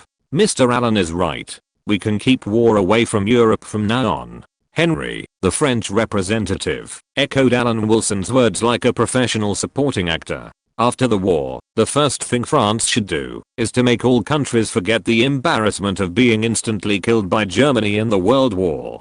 To restore France's status, the most common interests at present are Britain, which has also paid a heavy price. Old imperialism can still take care of each other at critical moments. Of course we, the Soviet Union, agree with this. Petrov also saw the subtle expression of the American representative. At this time, he was happy to see that the 3 countries, who were usually on the same page, had a certain degree of dispute. Being able to solve the current refugee problem on the Austrian border, Petrov, as the Soviet representative of Austria, was of course happy, but it was not entirely like this. He also suspected that the imperialist enemy would take the opportunity to do something in Yugoslavia. However, this concern is only suitable for secret investigations later. At least on the surface, Alan Wilson is going back to Berlin and has nothing to do with Austria. Unfortunately, before Petrov could be happy for long, Alan Wilson said, I have rejected Yugoslavia's action to expel Germans from the British occupied zone.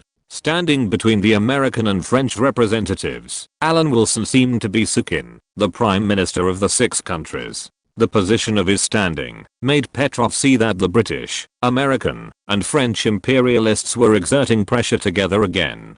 But in fact, he didn't know that this had nothing to do with the United States and France. It was purely the instinct of the liaison officer to stir up trouble. As for what Petrov thought and how he reported to the Kremlin, that was the Soviet Union's business. It was a few days later when he returned to Berlin. After all, Alan Wilson had to bypass the Soviet-occupied zone and could only enter Western Germany and fly to Greater Berlin, or more precisely, West Berlin. It was already June. Alan Wilson, who had been away for more than 20 days, returned to Berlin with the credit for resolving the Austrian refugees. In recent days, Belgrade has sent a clear message, expressing appreciation for London's efforts to repatriate refugees, which shows that his work was not in vain. Eiffel was very happy about Alan Wilson's return. After all, the work of preparing for the military parade was very busy. One more person meant one more labor force. Eiffel, who was already proficient in exploiting surplus value, was very happy. I don't think I've heard of it before. We are going to hold a military parade. Isn't it a joint military parade of 4 countries? Alan Wilson was still thinking about how this military parade in history, which was definitely not in June, came about. It's a new move by the Ministry of Foreign Affairs. We can only try our best to do our job well. Eiffel shrugged and said, the Soviets didn't object either. As for the Americans and the French, there was no need to object. Chapter 63 Need a servant. It seems like we are warming up for an important meeting. Eiffel said mysteriously, a very important meeting. A very important meeting? Alan Wilson suddenly remembered, the Potsdam Conference? Ahead of schedule? Of course he knew where Potsdam was. It was in the southwestern suburbs of Greater Berlin. It was a very safe location, and not far from Greater Berlin. The four-nation troops stationed in Greater Berlin could eliminate any possible dangerous factors. Of course, many issues were discussed at the Potsdam Conference, but the main issues were just a few. Who would have the final say in the post-war European order, and how to divide the forces. Before the war, the Soviet Union and Germany divided Poland together. Although Germany was defeated, the Soviet Union was not defeated. It was almost impossible to expect the Soviet Union to give up the occupied eastern Poland. Besides, the issues between Poland and the Soviet Union were very complicated. During the Imperial Russian period, Poland was part of the Russian Empire. The Soviet-Polish War, Poland's killing of prisoners of war, and other issues were not easy to solve. The problem was one of the parties involved in the Soviet-Polish War, but now the leader of the Soviet Union, Stalin himself. The failure of the Soviet-Polish War caused an uproar in the Soviet Union, and embarrassed Stalin greatly. Other people involved included Trotsky, the father of the Soviet Red Army, and Tukhachevsky, who was known as the Red Napoleon. Stalin and Trotsky had serious disagreements and struggles over combat plans and deployments. Trotsky relied on the Western Front in the war against Poland, while Stalin focused on the Southwest Front. After the defeat, Trotsky believed that the delay of Stalin's Southwest Front to reinforce the main battlefield, the Western Front, during the Soviet-Polish War was a major reason for the Red Army's defeat.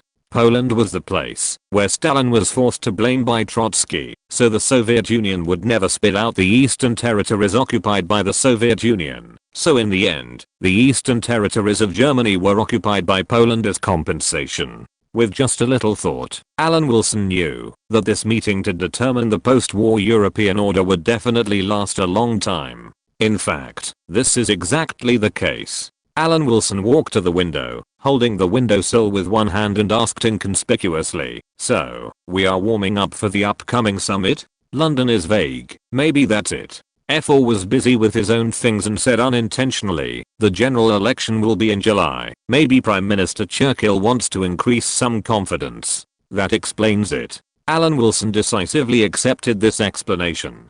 Isn't this the famous defeat of Churchill? Halfway through the Potsdam Conference, he returned to London in disgrace and replaced the new Prime Minister to continue attending the conference. Alan Wilson did not think there was anything wrong with implying some politicians from the standpoint of civil servants. In history, Churchill may not have considered this issue. It is normal that this time and space suddenly considered this issue. How can a politician not consider the election? But he was also a little worried. He had just finished laying the mine. What if it exploded just in time for the Potsdam Conference? Alan Wilson, who was holding the windowsill, had a gloomy face. Things in Europe were too complicated. He actually missed the happy life in British India. Compared with the complicated situation in Europe, the political environment in British India is more relaxed. How to distribute and how to deal with it, the British Indian government still has an absolutely strong position. Even if you take a step back, you can make money with peace of mind and don't worry about being discovered by others. The prosperity of the British Empire is indeed built on colonies. Things have come to this point, and Alan Wilson can't do nothing because of worry. He quickly joined the preparations. I wonder who will host our independent military parade?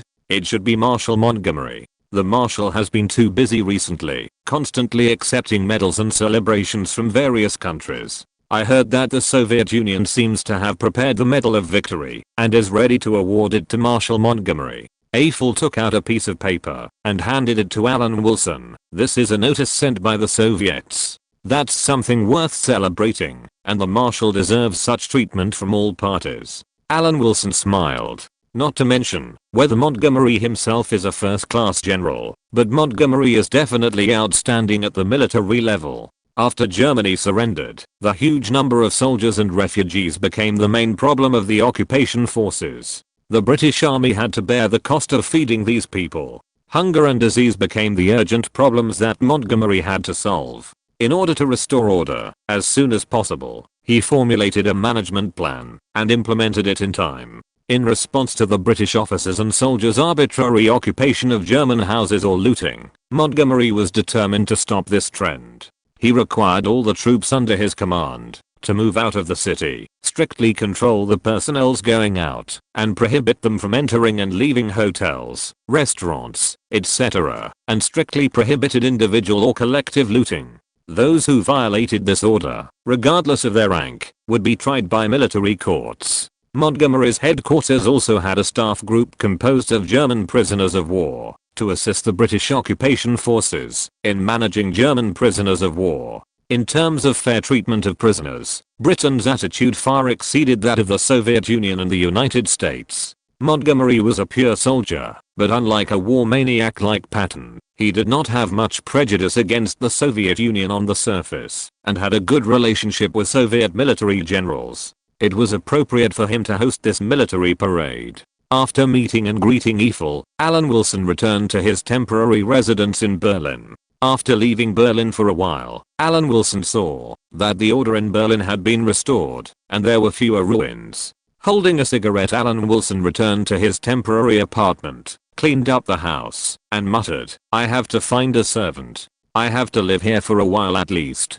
Although he wanted to return to British India immediately, he had to solve the problem at hand. Alan Wilson's return to Berlin was not a secret operation, so naturally everyone who should know knew about it. "Let's see if we can hire a servant tomorrow." In front of his colleagues, who came to visit him in the evening, Alan Wilson complained, "I went to Vienna and almost forgot about the things here. Now Berlin is not short of labor. We are looking for servants in our place. Just choose one." Several colleagues laughed and showed a look that everyone understood. "You are the servants here to take care of your daily life for you?" Alan Wilson winked and said, "Then I'm going to go out for a walk tomorrow to see how Berlin is recovering. You have to follow me. I'm not as familiar with this place as you are. Don't get lost and let the Soviet soldiers arrest me and accuse me of being an imperialist spy." Haha.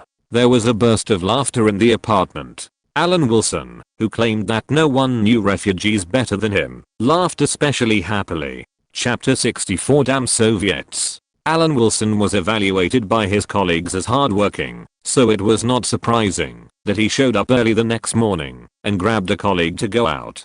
"Alan, you seem to be busy all the time." Mark was still yawning, and he didn't know whether it was because his colleague who worked too hard last night was full of helplessness. "Being busy makes me feel my own value." Alan Wilson's answer was very serious. He was not in ancient society and could stay in the village all his life. In this era, where people have opened their eyes to the world, how could he have time to live in chaos in one place? The British Empire has 30 million square kilometers of colonies, and he can't be indifferent to these disappearing wealth.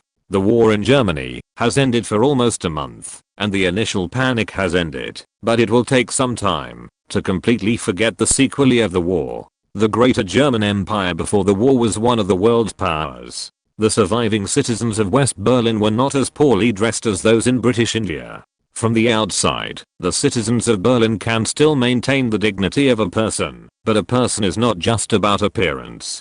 Thanks to the status of the Greater Berlin city, the residents here have not starved to death. But after entering a place similar to a talent market, the Germans stared at the smoking thing at the corner of Alan Wilson's mouth. Cigarettes. In the current Berlin, it is definitely a luxury word. The citizens of Berlin can barely eat now, which is much happier than the residents of other places in Germany. But people are greedy creatures. After solving basic needs, they want more. The so-called when you have enough food and clothing, you will think about sex. This is the first time that Alan Wilson has enjoyed the feeling of being the center of attention. There are even many Germans who follow behind Alan Wilson and sniff hard, as if this can remind them of the smell of tobacco. Alan, in fact, we can pick these Germans at will. They feel safe only when they serve us. There are even many flesh trades in Berlin. Mark's voice was neither loud nor soft, and it was not known whether the Germans could understand it.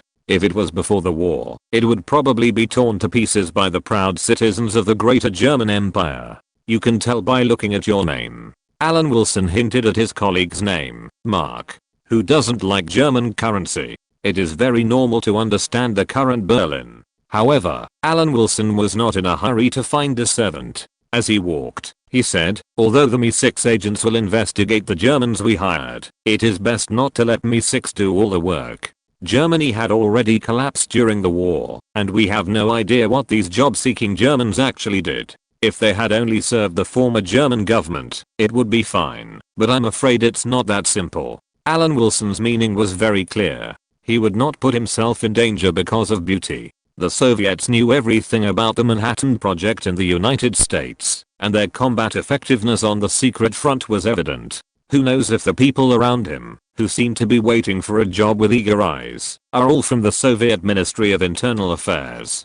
Alan, you don't have to look for an old lady, do you? Mark couldn't help but smile bitterly when he saw Alan Wilson talking to the old German lady. It's right to be careful. There is Mi-6. Alan Wilson asked the German woman in her 40s, why did you come here to find a job? My husband and son died in the war with the Soviet Union. Now I have to support myself and my family. The German woman with sunken eyes replied pitifully, my home was originally in the east of Berlin. I fled to the Allied occupation zone. Now life is very difficult. Oh. Alan Wilson nodded. A blood feud with the Soviet Union? Very good. Very good. According to the Soviet system, the first step is to pass the political review, and then continue to ask, do you have other relatives in West Berlin? It would be best if you can find them immediately. We are German locals employed by British overseas personnel. We need to investigate the family background. Go to the address above and report yourself. Leave the address of your relatives in the Allied city. Alan Wilson took out a piece of paper and wrote down the address of the headquarters of Mi-6 in West Berlin. After that, he did not forget to boast, the current situation is delicate. In addition to us British, there are people from other countries in Berlin. At this time, we can't have leaks. It's not too much to be careful. With a difficulty no less than that of a prime minister asking for a cook, Alan Wilson finally found a maid in the former German capital of Berlin. At least there was no problem with his daily life during his work in Berlin. Soon, the Mi-6 agent in Berlin investigated his new maid thoroughly and confirmed that the family situation was true. The real family situation is the first step. There are still various investigations to go down.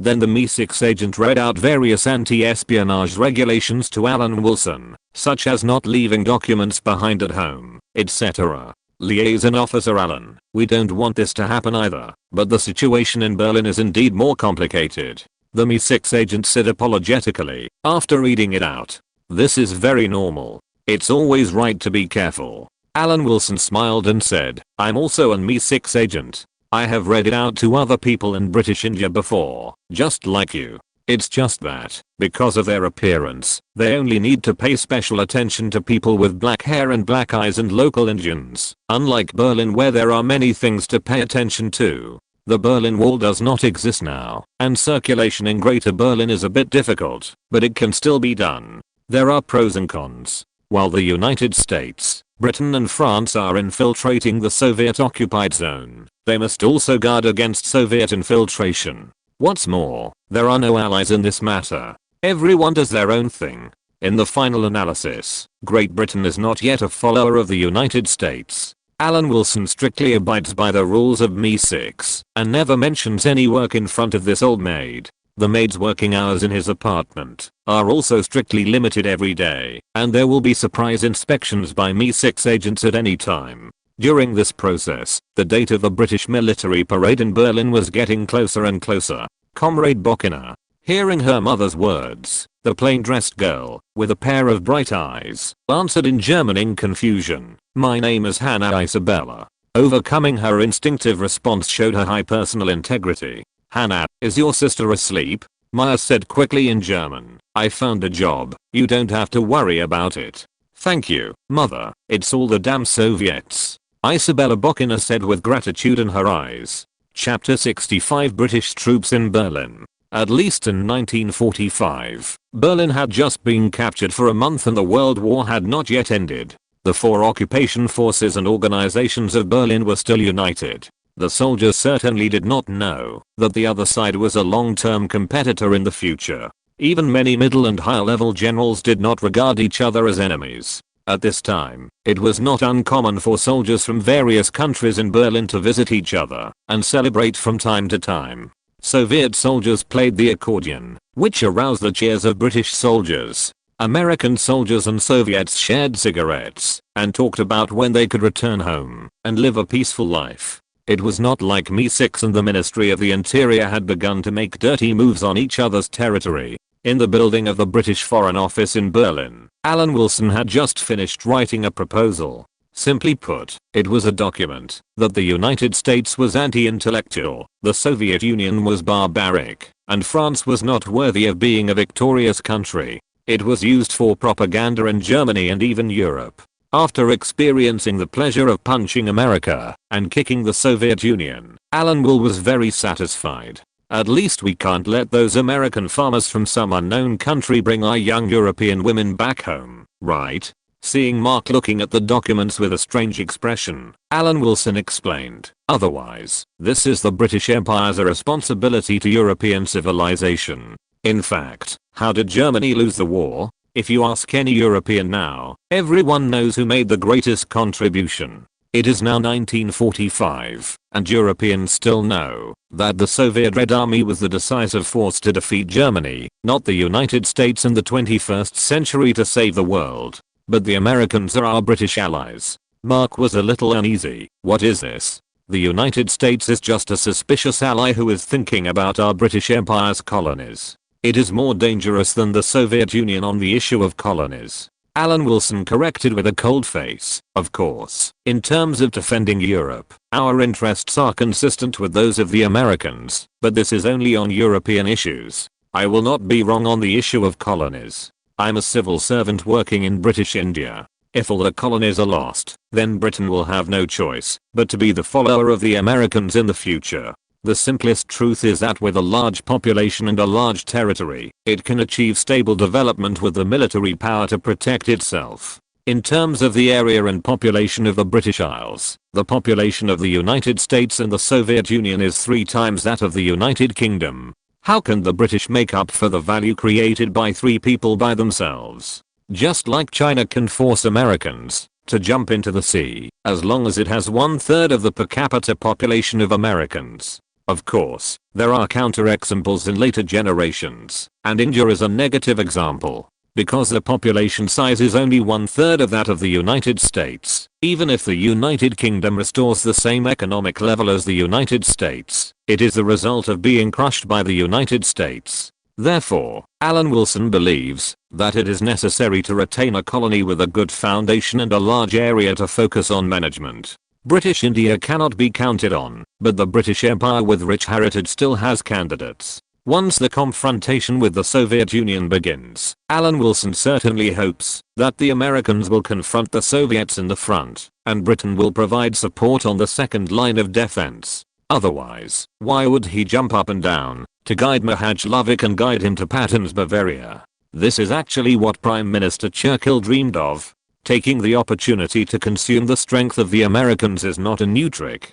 Its history can be traced back to the end of World War I, when Britain and France lobbied the United States to form a large army mainly composed of the American Expeditionary Force to attack the Soviet Union, which had fallen into the hands of the Bolsheviks. It didn't work out at the time, and now Churchill just wants to repeat the old trick to buy time for the British Empire to adjust.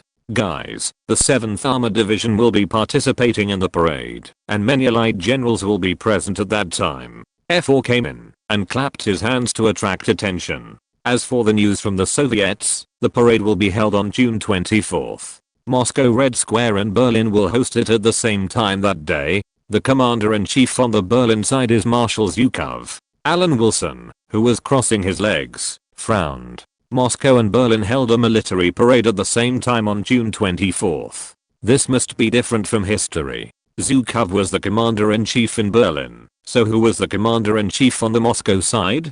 Stalin himself? It's not that he, a liaison officer, has to pick on details. With the memory of the past, a little change will make people feel very uncomfortable. This is like the uncanny valley effect.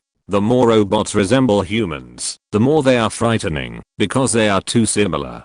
After the military parade in Moscow and the joint military parade, the heads of state will have an important meeting to decide the post-war order. F4 glanced at his colleagues. Everyone must strictly abide by the confidentiality regulations. Is that okay? No problem. Everyone answered with full energy. The 7th Armored Division, that was to be paraded, had arrived in Berlin. Diplomats such as Alan Wilson in Berlin also came out to greet the officers and soldiers who participated in the parade. As for Foreign Secretary Robert Anthony Eden, he also came from London. The Foreign Secretary was undoubtedly the most important position in Britain during the war, except for the Prime Minister. Although the date of the Potsdam Conference has been determined, it is appropriate for the Foreign Secretary to come and organize it first. We will discuss the post-war order in Europe with the United States and the Soviet Union on June 28th. Foreign Secretary Robert Eden revealed the specific date of the meeting. Anyway, Alan Wilson felt that once the election date was approaching, everything could be related to the election. Who made the parliamentary system a political environment? On the morning of June 17th, the first military parade after the restoration of order in Berlin began. The protagonist of the military parade was the British 7th Armored Division, which was known as the Desert Rats. On the day of the military parade, a large number of British tanks and tanks roared through the spacious streets of Berlin, attracting many Berlin citizens to stop and watch. The commander-in-chief of the British military parade was Marshal Montgomery. Marshals Zhukov of the Soviet Union and 5-star General Eisenhower of the United States also attended and observed the military parade with Marshal Montgomery. General Patton likes this kind of occasion very much. It is really unexpected that he did not come. Marshal Zhukov looked at the British military parade and asked Eisenhower. Maybe he would rather participate in a larger joint military parade.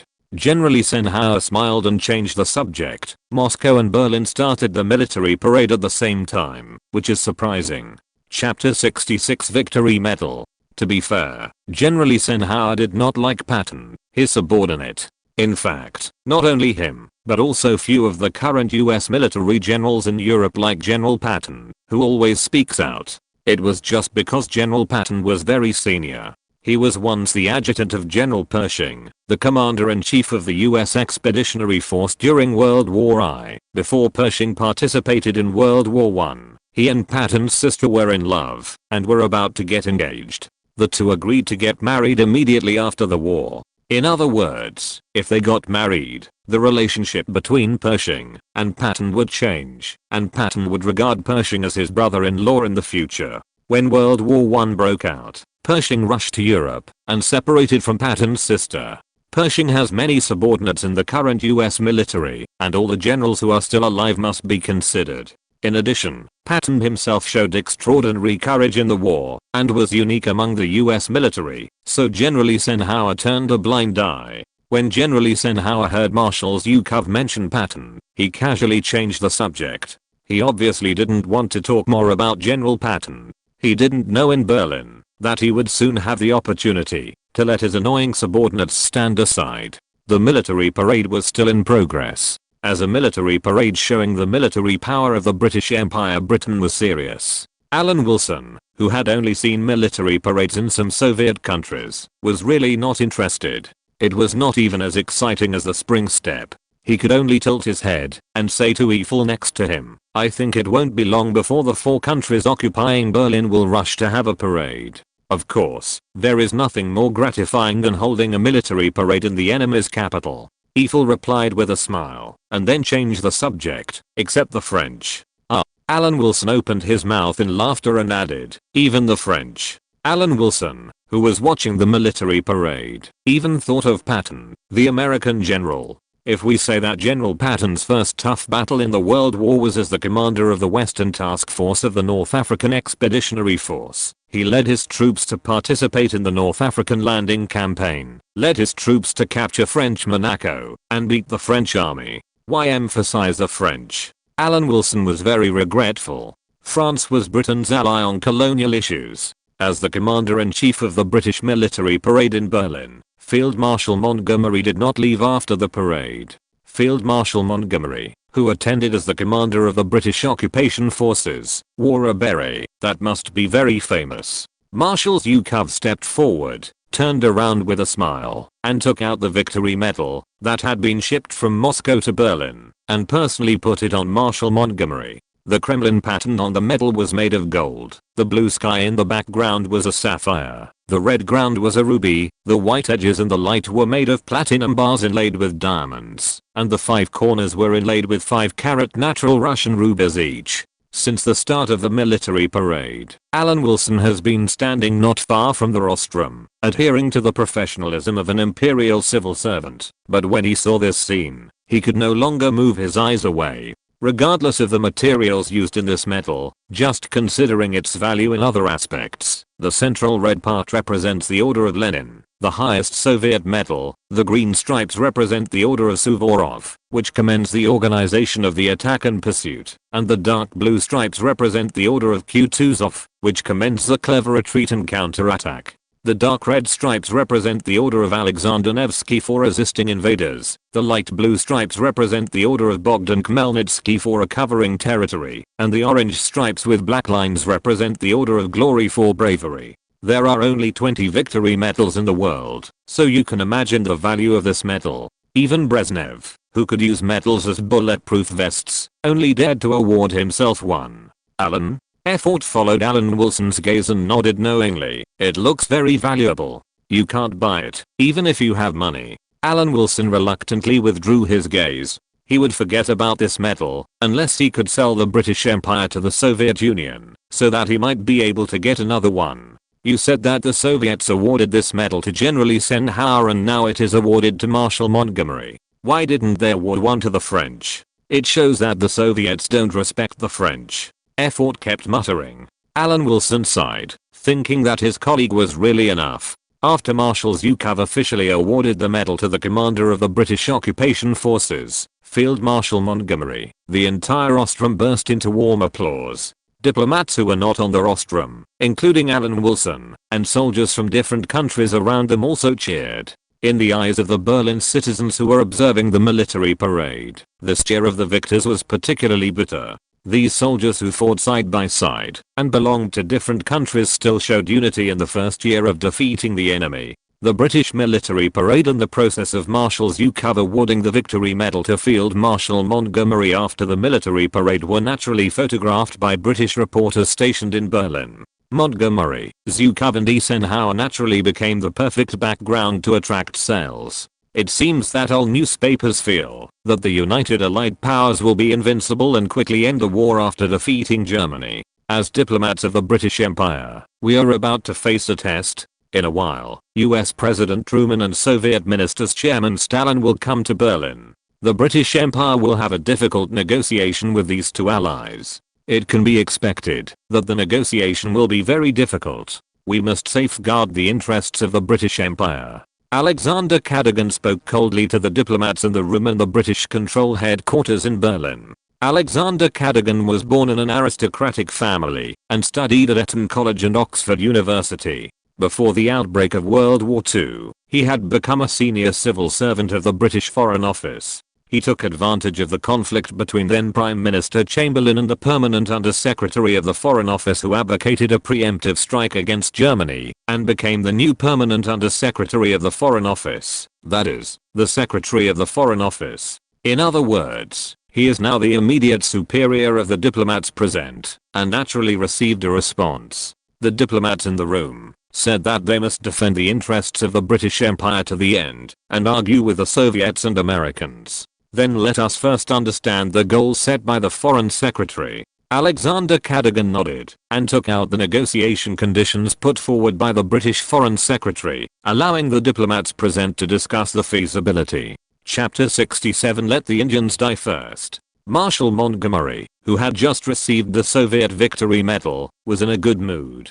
Indeed, during this period, any general of the Allied forces was in a good mood. They all abandoned their political differences and immersed themselves in the long-lost peace. Mutual visits and mutual flattery became the theme of that period. Montgomery received the priceless Soviet Victory Medal and various honorary titles awarded by various countries. He was busy and happy. but in the Foreign Ministry's Berlin agency, Foreign Ministry Secretary Alexander Cadogan was revising the foreign minister's proposal and discussing with his diplomats how to deal with the Soviets and Americans after the conference began. The Prime Minister means to use the Soviet-occupied zone of the Yalta Agreement that we occupied to bargain with Stalin.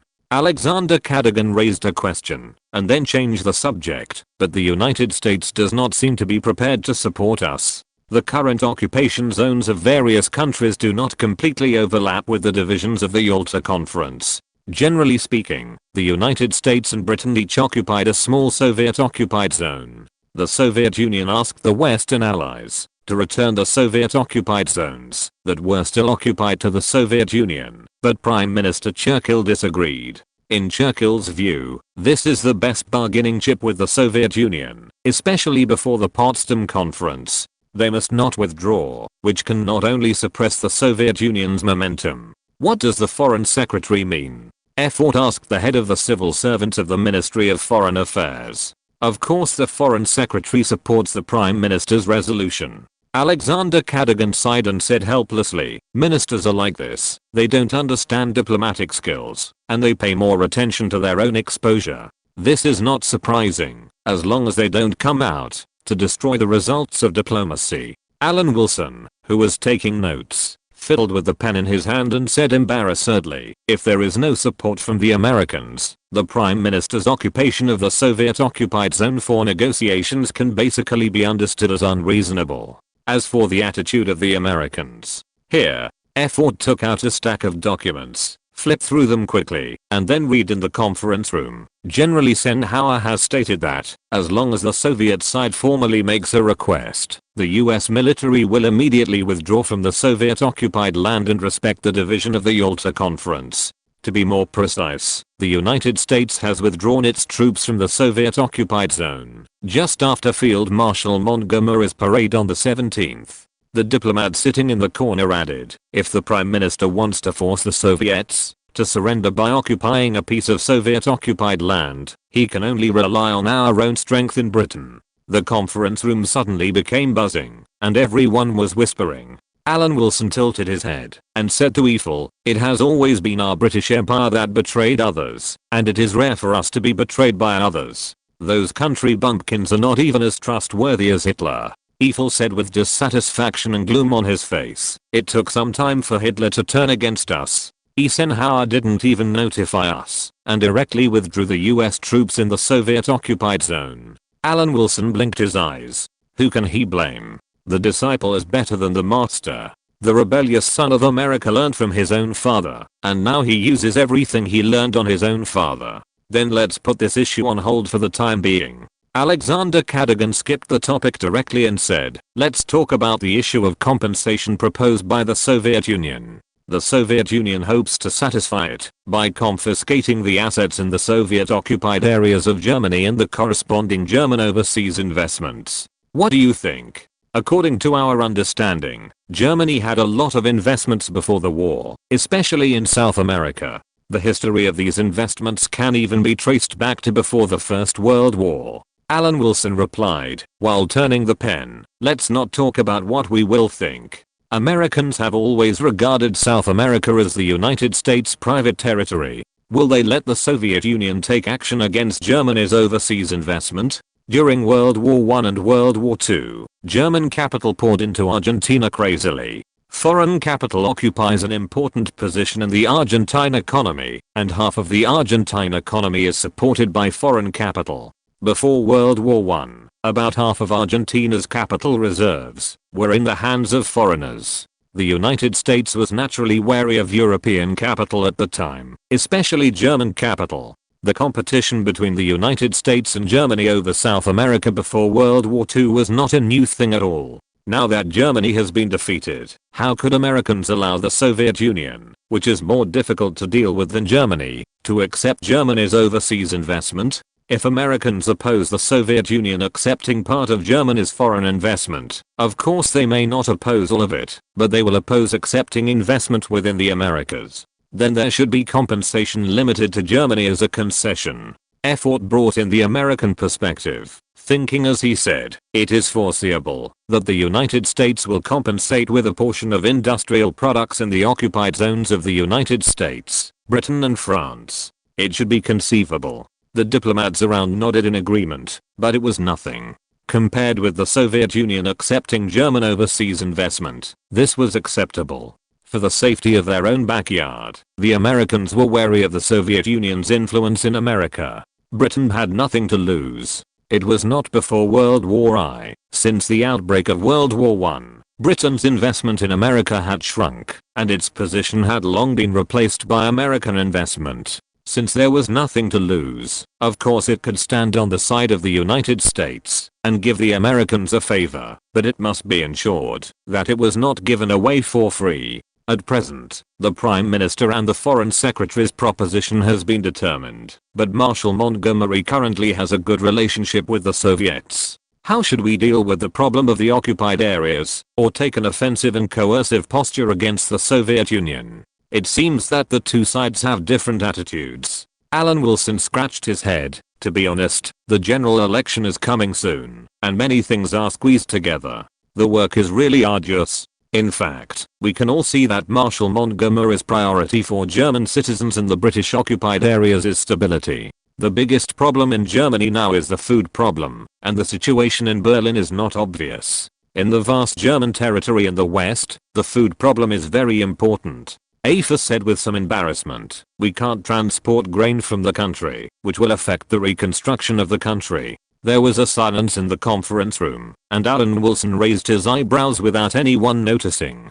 This seemed to be an opportunity, and he said, "Our mainland is an island, and it is not strong in agriculture. But India is a place with a planting tradition. If we must transport grain, I suggest we think of a way in India." Alan is right. The country has also been affected by the war. Alexander Cadogan agreed with Alan Wilson's method of letting the Indians die first. Chapter 68, India's Granary. Alexander Cadogan, in line with Prime Minister Chamberlain's proposal, resolutely replaced the Foreign Office Permanent Secretary who advocated a preemptive strike against Germany. Of course, he was impeccable on the moral level, using the grain of British India to solve the current problems in Britain and even in the British occupied areas of Germany. What's wrong with that? Isn't this reasonable? Otherwise, why colonize India? Why did Britain travel thousands of miles to do charity? Just out of his usual caution, Alexander Cadogan pretended to be reserved and looked at Alan Wilson with encouragement. "Alan, analyze the feasibility of this matter. Permanent Secretary, I believe that among my colleagues here, no one should know India better than me." Alan Wilson couldn't wait to stand up and said in a confident and professional tone, "I believe that all of my colleagues have heard about the prosperity of British India. I have worked in British India for a period of time. I dare not say that I know the local area very well, but I can also say that I'm not an outsider. From a geographical point of view, British India is undoubtedly a place very suitable for agricultural development. This can be proved by the huge local population. Some British Indian officials even say that Indians reproduce like cockroaches, but they can still survive." As soon as Alan Wilson finished speaking, the whole conference room burst into laughter, showing the high moral standards of the old imperialism without any concealment. The amount of arable land in British India is second only to that of the United States in the world. I believe everyone is impressed by the agricultural foundation of the United States. Since the United States entered the war, it has never been troubled by supplies. India has abundant rainfall, suitable temperatures, and a large agricultural population. It is precisely because of these conditions that it has become the jewel in the crown of the empire. It is absolutely true that British India has a lot of arable land. It just has a population no less than that of China. Even the officials of British India now do not know how many people are in the colonies they manage. It is true that British India has abundant rainfall. Like Africa, most parts of India are divided into rainy season and dry season. India, located in the monsoon zone, often has continuous rainfall for several months, with few sunny days during the period. Even in the 21st century, we can often see floods in India in reports. And once floods occur in India, they usually occur in the Ganges River basin, where 80% of India's population lives. After the rainy season comes the dry season, so after the floods, droughts are not new in India. Large areas of grain failure have led to a very high suicide rate among Indian farmers. In the agricultural era, a stable climate and average rainfall are the real foundation. In this regard, India, which is in a monsoon climate, and the United States, which is regularly harvested by the Arctic Ocean cold current, cannot compare with China in terms of natural conditions. India's agricultural conditions are good, but only on paper. In fact, the Ganges River Basin, the most densely populated area, is too close to the Himalayas, resulting in the monsoon being blocked by the roof of the world during the monsoon season, and the Ganges River Basin has a lot of precipitation during the rainy season. The annual rainfall of 2000 mm, 1600 mm falls during the rainy season. Because India is located in the tropics, the evaporation is huge, and these rainfalls cannot be retained at all. There is no shortage of water in the country, but it has fallen for 2 months and then evaporated. Of course, in Alan Wells' words, these unfavorable factors do not exist at all. India is the undisputed jewel in the crown of the British Empire and the foundation that supports the glory of the British Empire. If there are difficulties, look for India. Alexander Cadogan nodded frequently and said to himself, I almost forgot that Alan is the liaison officer of the Colonial Office for British India and is very familiar with the situation in the entire British India. That's not all familiar. Alan Wilson pretended to be modest, only in the environment of the Foreign Office, with so many excellent colleagues, can we come up with a solution. Although he looked humble on the surface, if Alan Wilson had a tail on his butt, he would probably be able to fly to the sky at this time. If Alan thinks there is no problem, you can contact the Indian side after the meeting. I don't know where the grain producing areas in India are. Alexander Cadogan nodded and prepared to hand over the opinions on how to deal with the food shortage to the Foreign Secretary for decision. Alexander Cadogan had never worked in British India, but if he asked some questions about China, he could answer them. It doesn't matter. Alan Wilson, a commissioner who still receives Ali Khan's salary, knows very well that the grain producing areas in India, similar to the North Granary, are the Punjab province of British India. In fact, the British Punjab province has extremely poor conditions on paper, with little rainfall and a tropical savanna and tropical desert climate, almost like a savanna close to the Sahara Desert, but the latitude is close to the north, so there is not too much sunlight. As for most places in India, the agricultural environment is very poor, with floods and droughts killing people, and too much sunlight. After the partition of British India, India only grabbed 1/5 of the Punjab province. Even with such a small area, it has become the most important grain producing area in India. Whether India will experience famine depends entirely on whether the Punjab province, which is only 50,000 square kilometers, has good weather this year. Okay, let's stop here for today. Alan, please contact the Indian governor's office. Alexander Cadogan breathed a sigh of relief. There is still a lot of agenda, and today is just the beginning. I'll do it right away. Alan Wilson stood straight like a soldier about to be inspected. After the meeting, F4 looked at Alan Wilson, who seemed to be much more energetic, and said strangely, it seems that you have become more active when talking about India. F4, people can't be prejudiced. Now there are tens of millions of people in the British occupied areas who are short of food. We are British gentlemen. How can we do things like the Soviets or Americans?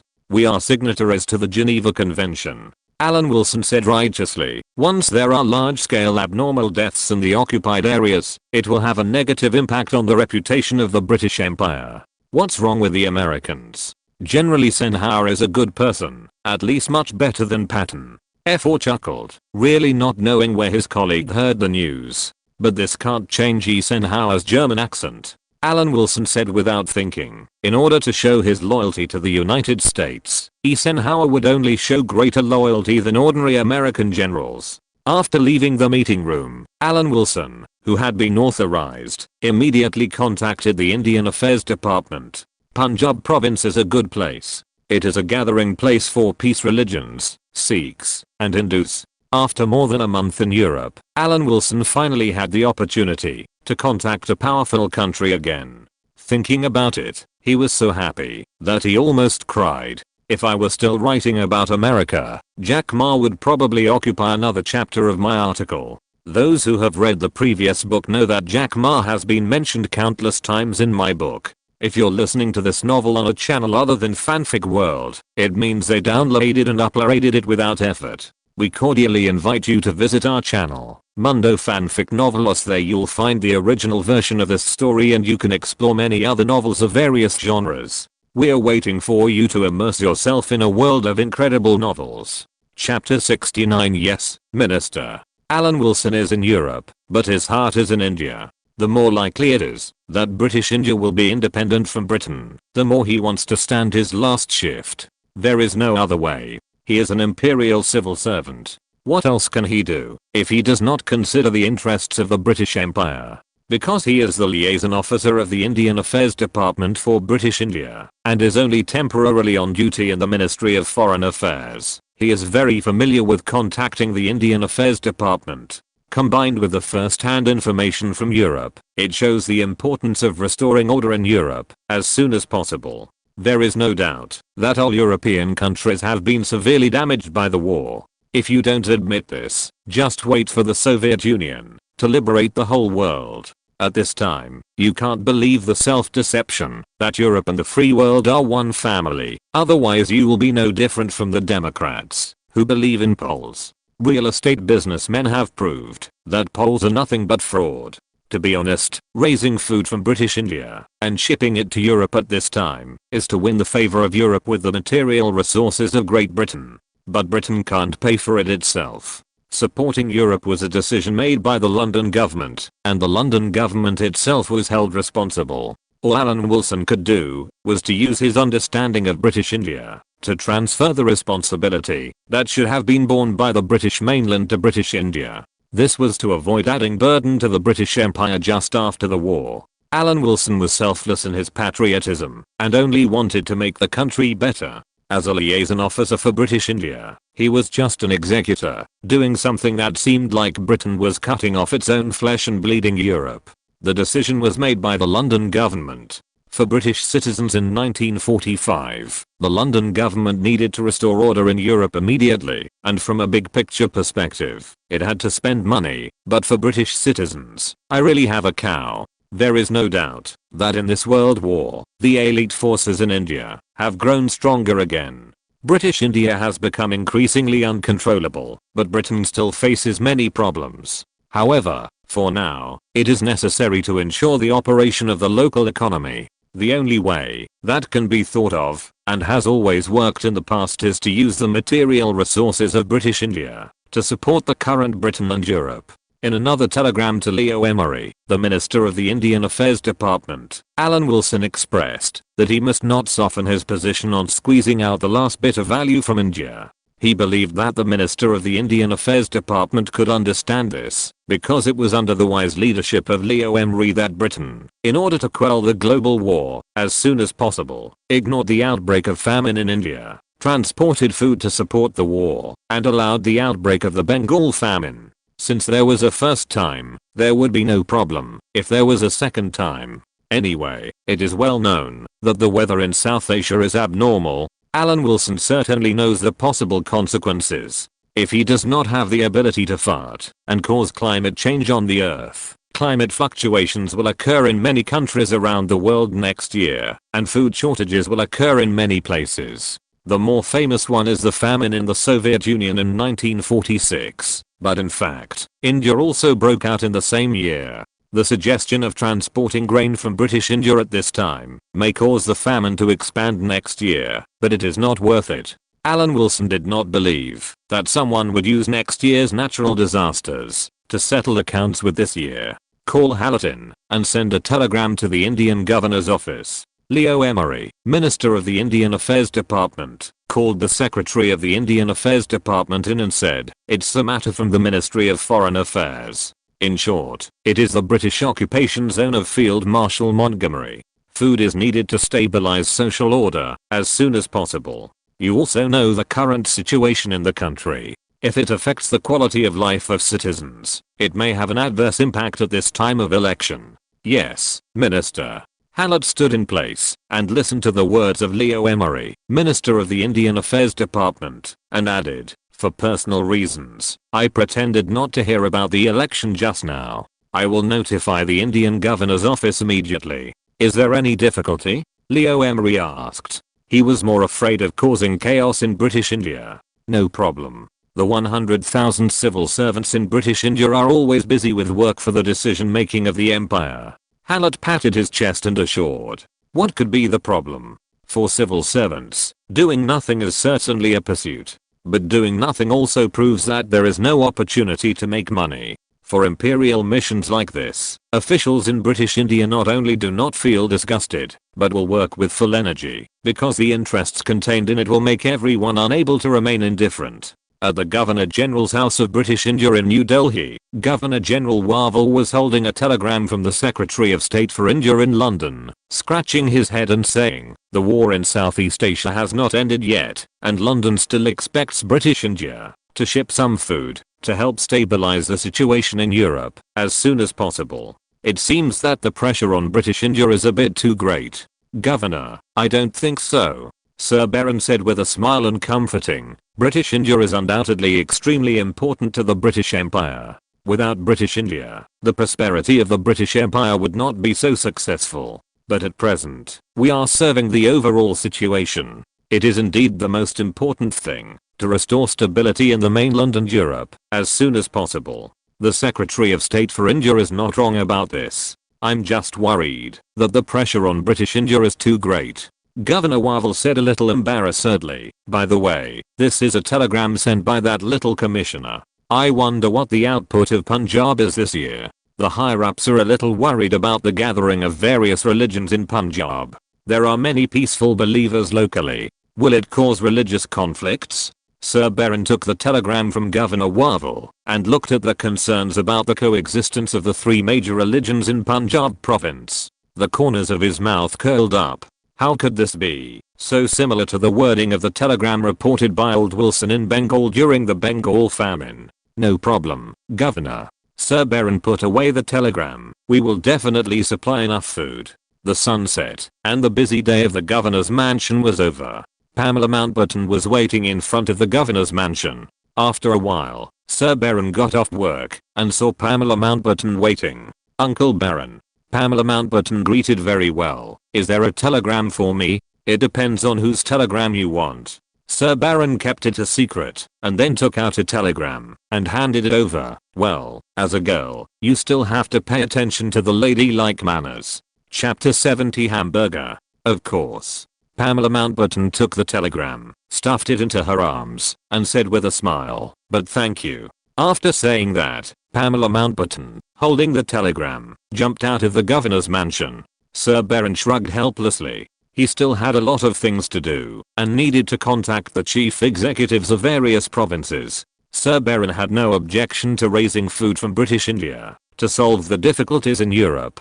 To put it bluntly, the British Empire has been doing this for more than 100 years. The question is whether the food in British India can meet domestic demand. If it can't be met, it's not that there is no way. Sir Baron can only increase the intensity for the overall situation. In fact, up to now, the rainfall in British India is relatively low. Although there has been no famine with a wide range of impact, it is still very doubtful how much food accumulation in British India will be left after this year under the drought. This year, the rainy season in British India has come 2 weeks later than expected.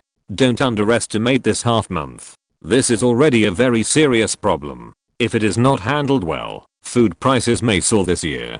Alan Wilson was already in Europe, so he naturally didn't know that there were signs of famine next year. He only knew that famine swept across Eurasia in the second year after the end of World War II. The famine encountered by the Soviet Union was the most famous, and few people knew about the famine in India. This was also natural. What kind of person is India?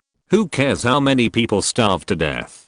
The Soviet Union was a thorn in the eyes of the United States, Britain and France. If there was a little disturbance, the United States, Britain and France would like to broadcast everywhere with a loudspeaker. The same was because of famine death. The lives of Soviet people were more important than Mount Tay, while the lives of Indians were worthless. Who would care? India was originally a country with a hungry population. In peacetime, most people were facing days of hunger. Anyway, they were hungry, so why should they expect good weather and good harvests? Pamela Mountbatten was still carefully holding the telegram and thinking of her while Alan Wilson entered another round of busyness. Sometimes he wondered if he had done all the work of a civil servant of the British Empire. After receiving the task of contacting British India, he immediately left Berlin and took advantage of the free time of the past few days to go to Hamburg, an important port in the British occupied zone of Germany. To be precise, Hamburg is the second largest city in Germany, second only to the city of Greater Berlin occupied by the four countries. It is also the most important seaport and important export center in Germany. Such an important city, as well as the Ruhr area, the industrial center of Germany in the British occupied zone, can be seen that Britain must have taken advantage of the distribution in the Yalta Conference. Alan Wilson certainly hopes to make good use of this important legacy that the British Empire fought for in the Yalta Conference. So he showed his hard-working nature and came to Hamburg in the midst of his busy schedule. As for the current situation of Hamburg, to be honest, it is very bad. Because of Hamburg's important position, it has always been the main target of the British Air Force's strategic bombing to deter the German people from supporting the war. Strategic bombing is a large-scale mixed bombing of incendiary bombs and bombs, with the aim of causing a fire in the whole city. The bomber formation arrived over Hamburg, and after repeated dive bombings, they dropped high explosive bombs and incendiary bombs like raindrops on the city of Hamburg. In an instant, Hamburg was a sea of fire. Large buildings were ignited, and then the blocks were completely burned down, and the whole Hamburg became a huge sea of fire. During the continuous bombing, the bomber formations of Britain and the United States dropped 10,000 tons of bombs, killing more than 40,000 people. In terms of power alone, it was not much worse than the little boy who was about to be put into use. I didn't expect the situation in Hamburg to be so bad. Alan Wilson sat in the military vehicle that picked him up and couldn't help but sigh that the degree of damage in France was simply an order of magnitude different from here. Hamburg was full of ruins, and the closer to the port, the more serious it was. Looking out, the surviving German people were much more miserable than the current citizens of Greater Berlin. Liaison officer, this is the situation here now. The cleanup work is very slow, and food problems have already arisen. The captain who came to pick up Alan Wilson smiled bitterly. I really don't know what to do. Are there a lot of black market transactions? This is a case where order collapses. Seeing the situation here, Alan Wilson told the truth in his heart. He didn't want to go back to Berlin at all. What Potsdam Conference, what about leaving a name in history, are all bullshit. He just wants to exchange a cigarette for a dragoon in this paralyzed city. Yes, liaison officer, the black market is rampant. Food and cigarettes are the most scarce things at present. Even a classical piano can be used to exchange potatoes. The captain answered without hiding anything. People fight to fill their stomachs. That's really a tragedy. Thinking that it was great, Alan Wilson couldn't help but frowned and said with emotion, perhaps it was indeed a cruel decision to carry out uninterrupted strategic bombing of Hamburg at the beginning. The captain who came to pick up Alan Wilson also acquiesced and remained silent. He was just an ordinary officer. Seeing the miserable situation in Hamburg, he naturally couldn't remain indifferent. He thought that the liaison officer of this age was moved with sympathy. He didn't know how to comfort him, so he could only reach out and pat Alan Wilson on the shoulder. How could the simple captain know that Alan Wilson didn't have a conscience at all? When the Bengal famine occurred, many telegrams sent to Sir Baron in New Delhi were sent by him on behalf of old Wilson. The wording was similar to the telegram that arrived in New Delhi yesterday. Alan Wilson arrived in Hamburg.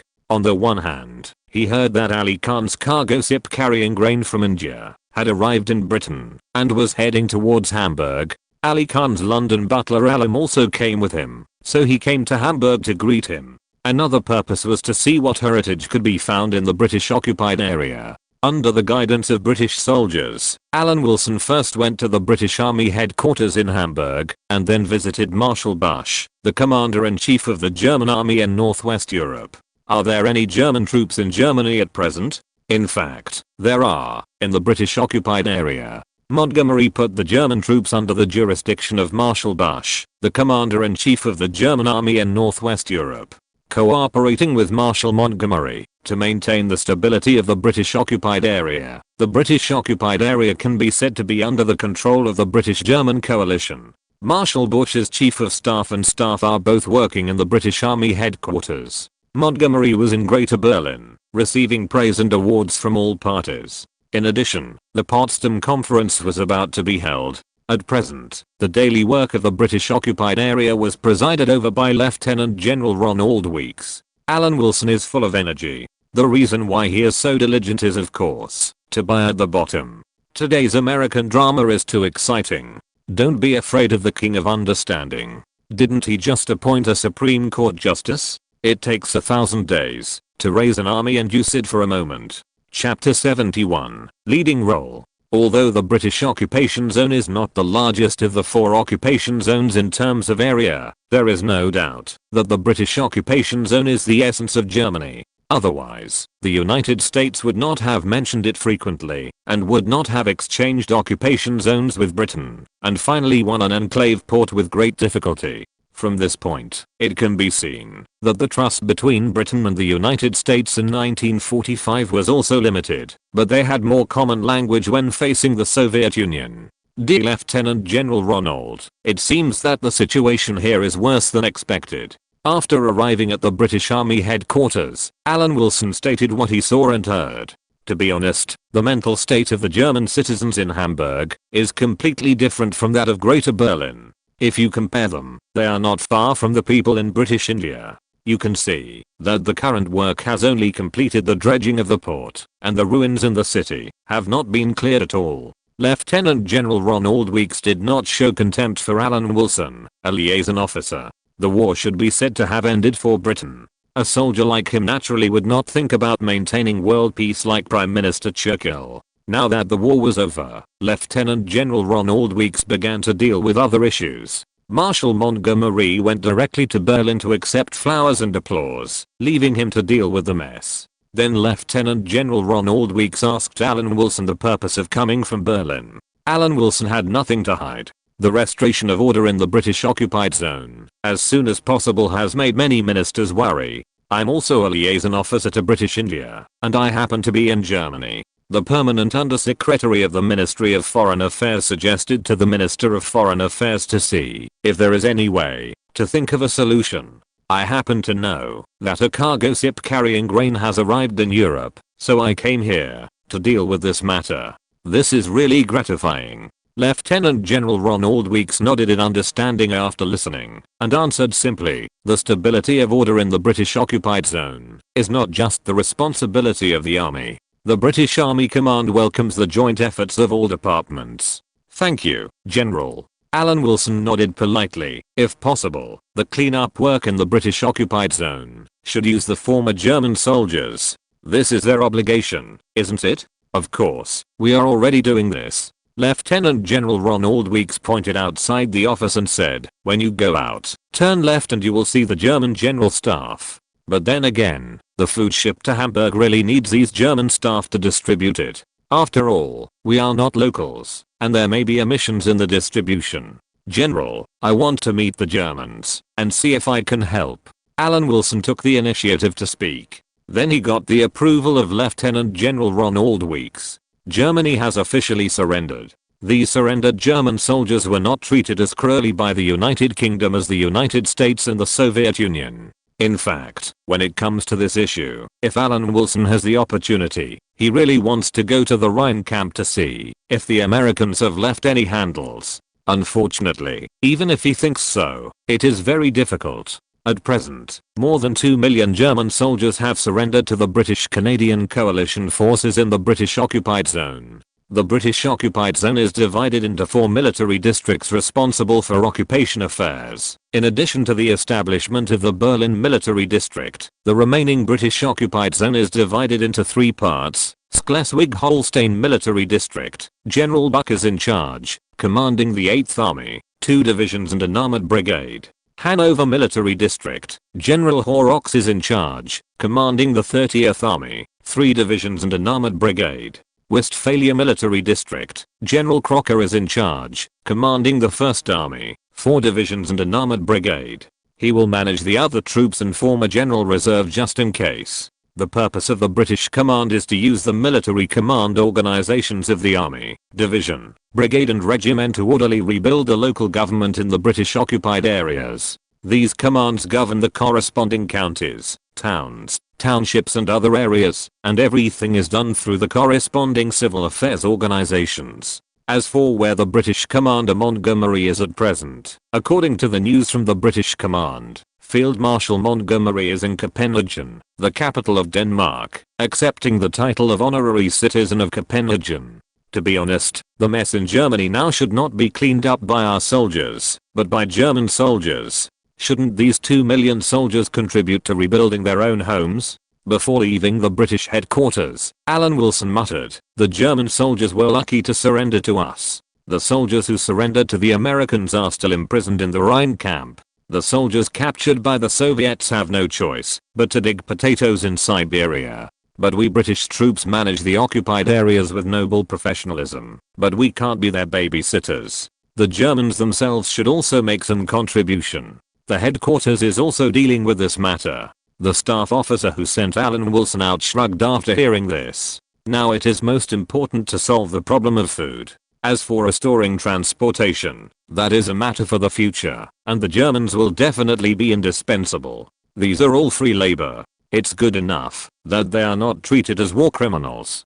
Don't be polite when you need to use them. 2 million people. If you bring out the same enthusiasm as when building the Siegfried Line, I believe the British occupied area will be completely renewed in half a year. Alan Wilson gave sincere advice. To be honest, he even wanted to write a plan for the British headquarters. In this way, he would know where in the Ruhr area of Germany in the British occupied zone there was a good place to find gold. Alan's freighter arrived a few hours later than expected, but considering the current situation of the Hamburg port, this was not a delay. As soon as he got off the ship, he found Alan Wilson and apologized. The port was severely damaged, and it took some time to enter the port safely. It doesn't matter. Food is the most valuable in Germany now. It's not just Germany. The gardens in the center of Vienna are now used to grow potatoes. You understand what I mean here?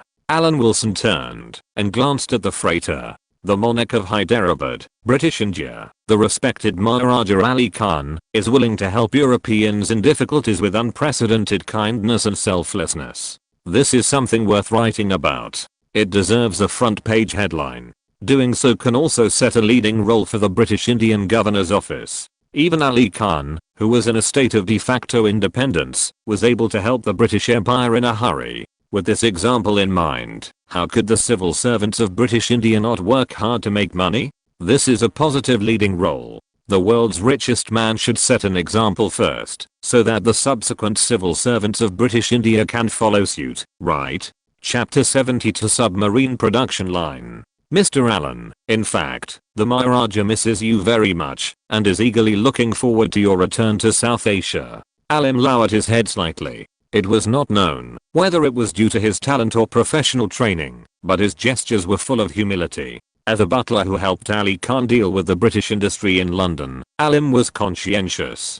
He also knew that the British still looked down on people from these colonies, but he did not feel this in Alan Wilson. South Asia, it is indeed a good place. Alan Wilson was full of longing. What kind of understanding of the problem depends purely on the angle. If you are born as a rich Brahmin, there is no better place than India in the world. Believe it or not, it is the fact. Not to mention that Alan Wilson was an official above the middle level in British India. The desire on his face flashed away. Alan Wilson lowered his voice and said, "I wonder what your religious beliefs are?" Same as the Maharaja. Alan stood straight, and his serious expression was obviously proud of it. That's good.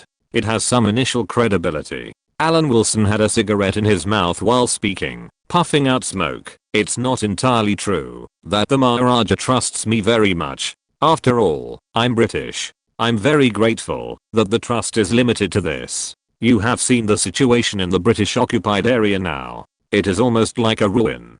But Germany was a world power before the war, and its legacy is still very rich. Some things are exactly what Hyderabad needs. Listen to me, Maharaja Ali Khan will never suffer. Alan Wilson's moral standards are not high, but he also knows the saying that money gets things done. Since he has received benefits from Ali Khan, he will do his best to do things. Alim nodded frequently and heard Alan Wilson say that first of all, the monarch of Hyderabad donated food to Europe in trouble, which is a big deal. This matter must not be hidden, and it must be notified to major newspapers. Alan Wilson is now in Europe and can only rely on Alim to do more. As the monarch of the largest princely state in British India, Ali Khan has a high status in the eyes of the London nobility and government. As long as Alim is a little bit of trouble and manages it, it will definitely be known by many people. And you can use the food you have now to exchange for some weapons, and Alan Wilson wants to exchange for Germany's.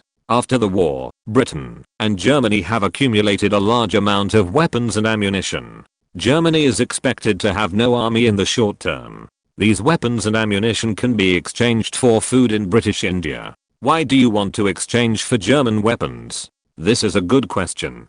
Although the weapons of Britain and Germany are now piled up like mountains, the weapons of the Germans are still more scrap metal. Instead of destroying them, it is better to ship them to South Asia, but the freight must be paid by the buyers in South Asia. Another consideration is that Germany's military industry will definitely be destroyed. These weapons have no follow-up. Once they are used up, they will be gone. Even Germany will not have a military industry in the short term, so it will naturally not help India's military industry. Therefore, German weapons can be summarized as disposable weapons, which are not compatible with the British weapons production line in British India. This is a one-time deal, and there is no need to worry about the consequences of aiding the enemy. British India may become independent in the future, but from the perspective of the British Empire, it absolutely does not want this former colony to become strong. Later generations of India are worthy of the expectations of the suzerain country. It is indeed a muddy and hard to help the wall.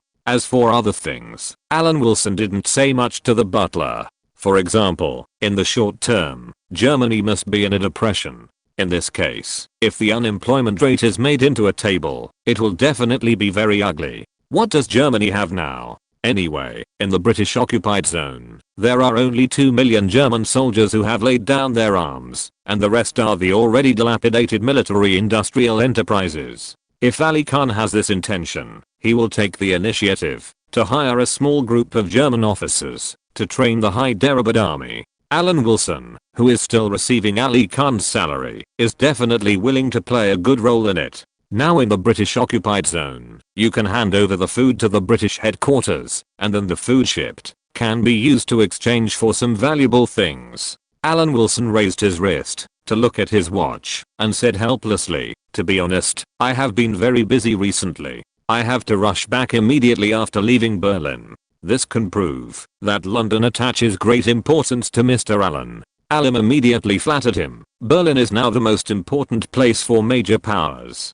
Being able to handle Berlin's affairs shows that Mr. Allen's future is bright. It's better to say that it's a face-saving thing for General Mountbatten, so that I can get a chance to increase my resume. Of course, Alan Wilson did not say it, but nodded reservedly, as if it was true. He took Alim to the British headquarters and explained that the cargo ship that had just arrived at the port was a donation from Maharaja Ali Khan. The staff of the British headquarters were confused, and Alan Wilson explained who Ali Khan was. The identity of the Hyderabad monarch was well known to the aristocracy and foreign affairs departments in London, but it was very unfamiliar to the British occupation forces. Under Alan Wilson's reminder, the British headquarters clarified the information and became polite to Alim. "Colonel Greer, we have cleared the Blumpfer shipyard and found something very important on its slipway production line." Alan Wilson was still chatting with Colonel Greer when a combat staff officer came in and took a look at the two uninvited guests before reporting. "Should we conduct an investigation immediately? Let the intelligence department agents go together." Colonel Greer said so. Alan Wilson directly took out a certificate and said embarrassedly, "Sorry, I'm actually an agent of Mi-6. If the agents from the headquarters don't have time, I can help." "Mr. Allen, I didn't expect you to be." Colonel Greer swallowed back the half of his words with a strange look on his face and said in a complicated tone, "Thank you for your hard work. We are all serving the British Empire, and there is no distinction between high and low professions." Alan Wilson put away the certificate leisurely. He could guess a little of Colonel Greer's thoughts by looking at the other party's face. Among the military, police, and secret service, agents are the most feared professions. It is indeed unacceptable for a young diplomat who is still talking and laughing to say that he is an agent. Regardless of what Colonel Greer thought, Alan Wilson followed the staff to the Blumpfus shipyard. Arriving at the shipyard and walking through the cleared passage, he saw that the slipway was densely packed with various new submarines of the German Navy, and the surrounding cranes that had stopped working were standing in a forest, like a steel jungle. Modular construction? Alan Wilson saw the submarines being divided into sections and thought to himself that the Germans were not as rigid as he had imagined. He had something to do and wasted time. Chapter 73 A Small Goal. Compared with the city of Hamburg, the damage to the Bronfus shipyard was not serious. Most of the cranes were intact, but they were in a state of suspension. This made Alan Wilson have some conspiracy theories. Did they stay here on purpose to plunder the technology? Everyone knew that the British occupied area was the essence of German industry. When Alan Wilson thought about this, the officers of the Navy around him were still taking pictures and recording the huge production base of the Bronfus shipyard.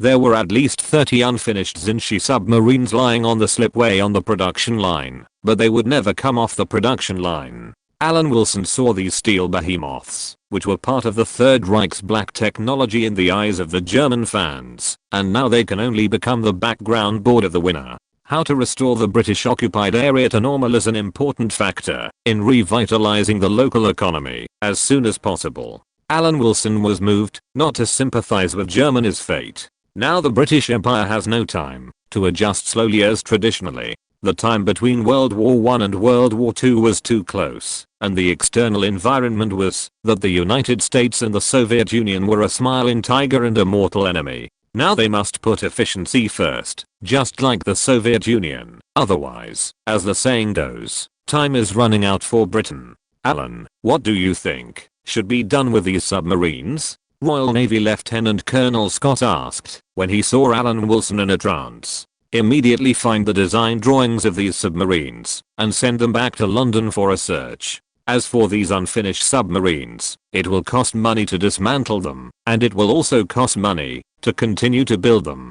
The only difference is that one has no return, and the other can try to find buyers. Alan Wilson frowned and said, if we dismantle the weapons system and try to sell it to some small countries that have no production capacity, it would be the best idea to exchange for a sum of money. Of course, we have to absorb the technology before that. It is indeed very optimistic. In fact, if we can really sell these semi-finished products, there are many benefits. It can solve some of the local unemployment problems, and we can also make a profit and ease the domestic economic pressure. But who should we sell them to? Lieutenant Colonel Scott smiled bitterly and shook his head. Should we sell them to the Indians? Yeah. Alan Wilson nodded in approval, indicating that he was not joking. As long as the Indian princely states can afford it, there is nothing that cannot be sold. It is better than giving British warships to Indians after the independence of British India. It would be better to give them to the Germans.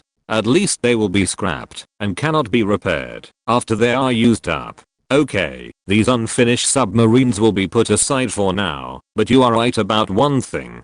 We should search for the design drawings of these submarines and send them back to Britain. Lieutenant Colonel Scott regained his calm look and regarded Alan Wilson's mention as a joke. Alan Wilson, who was still receiving a salary from Hyderabad, was of course not joking.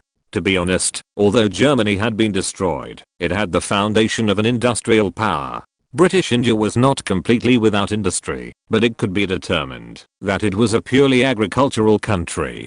Don't think that having many railways proves that the country has a good industrial foundation. The reason why Britain worked hard to build railways in British India was entirely to improve the efficiency of plundering and transport the good things from British India out, and it had nothing to do with the development of industry. The combination of such an industrial country and an agricultural country reminded Alan Wilson of a term: the oil for food program during the embargo on Iraq. The Oil for Food program was formulated to alleviate the suffering of the Iraqi people under the UN's mandatory economic sanctions and arms embargo on Iraq. At the beginning, Iraq was also unwilling to accept it, but later, wasn't it also happy and painful? The essence of the oil for food program is to restore a certain level of livelihood in Iraq, which is in a state of collapse, but this is completely controllable. It just turned the situation of total collapse into a frog in warm water. Once Iraq is slowly weakened, when the time is right, the United States will directly get rid of Saddam. For the current German British occupied areas, there is really no difference between here and the colonies. If there is, the German citizens in the current British occupied areas are not as powerful as the Indians in British India. Thinking of this, Alan Wilson suddenly felt that this was a good thing. Britain was in the middle link, using agricultural products from British India to restore order in the German British occupied areas, and then using the factories restored by Germany to transport them to British India. However, the trade between British India and the German British occupied areas was controlled by Britain, and the pricing power of the goods shipped from both ends was in Britain. This is much more cost effective than Britain sacrificing the lives of its citizens at home to restore peace in the German occupied areas. Britain, which is in the middle and leads this trade, can also supplement itself in the middle link. Marshall Plan, Molotov Plan, the British Empire will never surrender until the blood of the Indians is dried. Looking at the British soldiers in the distance, Alan Wilson secretly became fierce. Even if British India is independent, it must stand guard for the British Empire. Alan Wilson did not compromise on this point. The first ship of food sent by Alan is the first stepping stone. If it can temporarily ease the tension in Hamburg, who says this can't be the beginning of Britain's own plan? Alan Wilson didn't have much time. He had to return to Berlin after having a general understanding of the British occupied zone. He called Alim out and gave him instructions. German weapons are piled up like mountains now, and there are also professional officers who have experienced several years of World War. You should inform Maharaja Ali Khan of the situation here. If he takes the initiative to bring it up in the next telegram, I can help him arrange the relevant matters. At present, the food gap in Europe is still very large, and Maharaja Ali Khan needs a lot of help. As the Commissioner of Hyderabad, I will never let the Monarch of Hyderabad suffer. That's all for now. I have to rush back to Berlin. Once a bilateral trade plan between British India and the British occupied areas of Germany is formulated, it will definitely not work here. The current power of the Ministry of Foreign Affairs is in Berlin, and he has to go to Berlin to find an appropriate opportunity to make this idea come out naturally. This two-way trade plan is actually the same as the colonial policy of the British Empire, except that Britain has become hidden behind the scenes and regulated the trade between the British occupied areas of Germany and British India. Moreover, British India's blood transfusion to Britain cannot be stopped, and on this basis, it must also transfuse blood to Germany. But at the same time, British India is not at a loss. It is enough for German citizens to have enough food. The manufactured products will be handed over to Britain for pricing, and then shipped to British India. The price of industrial products with British branding may be lower. The original price of 100 yuan is now 90 yuan. The original price of British products is 50 yuan, but now it is only 10 yuan when it is taken from the Germans. All the profits belong to Britain. Go out and do business. Chapter 74. There are always more solutions than problems. If this can be achieved, Alan Wilson believes that German workers, whose labor costs have almost fallen to zero, and British India, which is itself a colony of the British Empire, can help the British mainland quickly get rid of the depression. In fact, in the 2 years after the war, the Americans also believed that there was no need to provide aid to Europe. Britain and France had huge colonies to help them recover, so there was at least a 2-year window period for Britain to rely on its own strength to decide the future. It is easy to get American money, but difficult to pay it back. Once you take the hot dollars, there may be huge sequelae in the future. The key issue now is whether the British occupied areas in Germany can complement British industry, partially make up for the damaged industries in Britain, and provide additional power to drive the colonies to complete the cycle. If Alan Wilson were George VI, he might have just slapped his head and announced that the British occupied areas in Germany would be directly incorporated into the United Kingdom. Anyway, the British occupied areas also overlapped with some of the British royal territories at the time. He was a Hyderabad commissioner. After arriving in Europe, He almost never touched the ground and kept shuttling around Europe. Rescue French women, persuade Yugoslav refugees, restore order in the British occupied areas, and even prepare for the Potsdam Conference. Alan Wilson was on his way back to Berlin. Moscow was still considering holding victory parades in Moscow and Berlin at the same time. In the distant South Asian subcontinent, at the Governor General's office of British India in New Delhi, Sir Baron called the chief executives of the 17 direct provinces and the commissioners of the major princely states and announced, at present, the operation of the British occupied areas has led to a sharp increase in local expenses, and British India needs to contribute to the entire British Empire. After the surrender of Germany, with the cooperation of the United States, Britain and the Soviet Union, the surrender of Japan is not far away. Support for the Southeast Asian War can be slightly reduced, and now we can focus on supporting Europe. Taxes in British India will have to be increased this year. Gentlemen, it depends on your performance and how you make good use of your connections. Whether it is the Muslim League, the Congress Party, or the princely states, we must be friendly to each other and ensure that difficulties are temporary. Sir Baron, in fact, given the current situation, the burden on British India is very heavy, but almost all of Burma has been recovered, and we can think of a solution from Burma. In fact, we all know that Burma has a good climate, and the per capita resources are not as tight as in India. As for the support for the local area, one more place means one more point of strength. Burke, a senior official of Bengal, spoke slowly and carefully. Sir Baron nodded in approval of the suggestion. Aren't there prisoners of the Indian National Army? Let them pay the price for their betrayal for the time being. Why not use free labor? Leave it to the local Burmese to take care of it. I believe they will be very motivated. Harry. Then he named the chief executive of Punjab province. Sir Baron said expressionlessly, Punjab is the granary of British India and is rarely affected by natural disasters. As the chief executive of Punjab, you have to pay more attention to this matter. Sir, the religious environment in Punjab province is very complicated. Harry, the chief executive of Punjab province, smiled bitterly. There may be some unexpected difficulties. For places with complicated religious situations, we have always followed certain rules to do things, winning over the minority to check and balance the majority, and there are different ways of dealing with them in different places. The Peace Christians are a minority in the entire British India, but they are an absolute majority in Punjab. The climate in Punjab makes it rarely affected by the weather, and now the food issue is very important to Europe.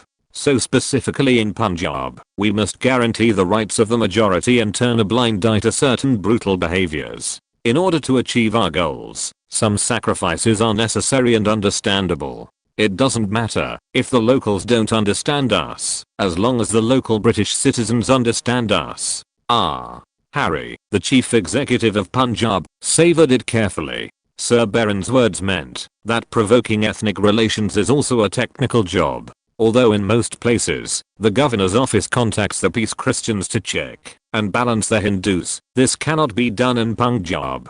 It is proper to unite the Peace Christians. After figuring this out, he said dryly, I understand. So, there are always more solutions than problems. We are working in the most important colony of the British Empire, and sometimes we need some flexibility. Sir Baron said, I believe that the subcontinent will have a good climate next year, and drought will not come for 2 consecutive years. Subtext, Sir Baron has hinted to these chief executives who have arrived in New Delhi that they must complete the task, even if they have to scrape the land. No problem. In the office of the Permanent Under-Secretary of the Governor's Office, chief executives from all over the country said in unison. On June 20th, the Governor's Office of British India issued an administrative order. In order to completely defeat the Axis powers and restore the normal economic life of British India, as soon as possible British India must overcome temporary difficulties and do its best to support the war. After the administrative order was issued, from the Indus River to the Ganges River, from the Himalayas to the Deccan Plateau, the chief executives of various provinces and the commissioners of the princely states took action. Digging 3 feet in the richest colony of the British Empire. On the other side of the earth, Alan Wilson was still thinking about his Wilson Plan, which was comparable to the Marshall Plan of the United States and the Molotov Plan of the Soviet Union. The United States and the Soviet Union had money and administrative strength. The British Empire now only has a huge population and vast colonies, and it is certain that the industrial capacity of the United Kingdom is not enough to drive the huge colonies. Alan, are you tired from working so hard? Seeing Alan Wilson, who had just returned to Berlin, was lost in thought, Effort kindly reminded him, actually, there is no need to be so nervous. You are always busy, and fortunately you are young. Nothing. The situation in the British occupied area is really not optimistic. Rubbing his swollen face with his hand, Alan Wilson recovered a little bit of spirit, raised his wrist to check the time, and changed the subject. I don't know how the Soviet military parade is prepared. Then I don't know, but there have been several rehearsals. Some troops have been issued new uniforms, which look quite intimidating. Effort was diverted and recounted what he saw. Oh. Alan Wilson lowered his head. Today is the summer solstice on June 21st. According to the previous agreement with Mihajlovic, the refugees on the Austrian border will cross the border the day after tomorrow, and the generals of various countries should know it when the Soviet Union parades in the daytime. We will know what kind of fruit this summer flower will bloom into. I'm as busy as Alan, running around all day, so I don't need to solve the problem. Chapter 75. The key question. Of course, it would be a lie to say that he was not nervous. Alan Wilson wanted to find a church, to talk to God in the spirit of sharpening his spear before the battle. After all, he should still have some face in Europe, although he would soon be cut off by the steel comrades who asked the Pope how many divisions he had. Nervousness is a normal emotion. It will not disappear because of the class or wealth of anyone. It just manifests itself in different aspects. London Whitehall, in the eyes of outsiders, is the political center of the British Empire. Every move affects the world situation. It is also in a tense and busy state. The Soviet victory parade and the subsequent Potsdam Conference also made all departments feel like they were facing a great enemy. The permanent undersecretaries of all departments were in intense preparation, and the level of tension was no less than that in Berlin. The door of the cabinet secretary's office was pushed open, and Norman Brooke walked in and said, "Edward, give me the procedures of the Potsdam Conference. By the way, you should go to Berlin before the Prime Minister. If nothing unexpected happens, it should be like this." Edward Bridges held a cigar between his fingers, and his eyes behind the glasses showed approval.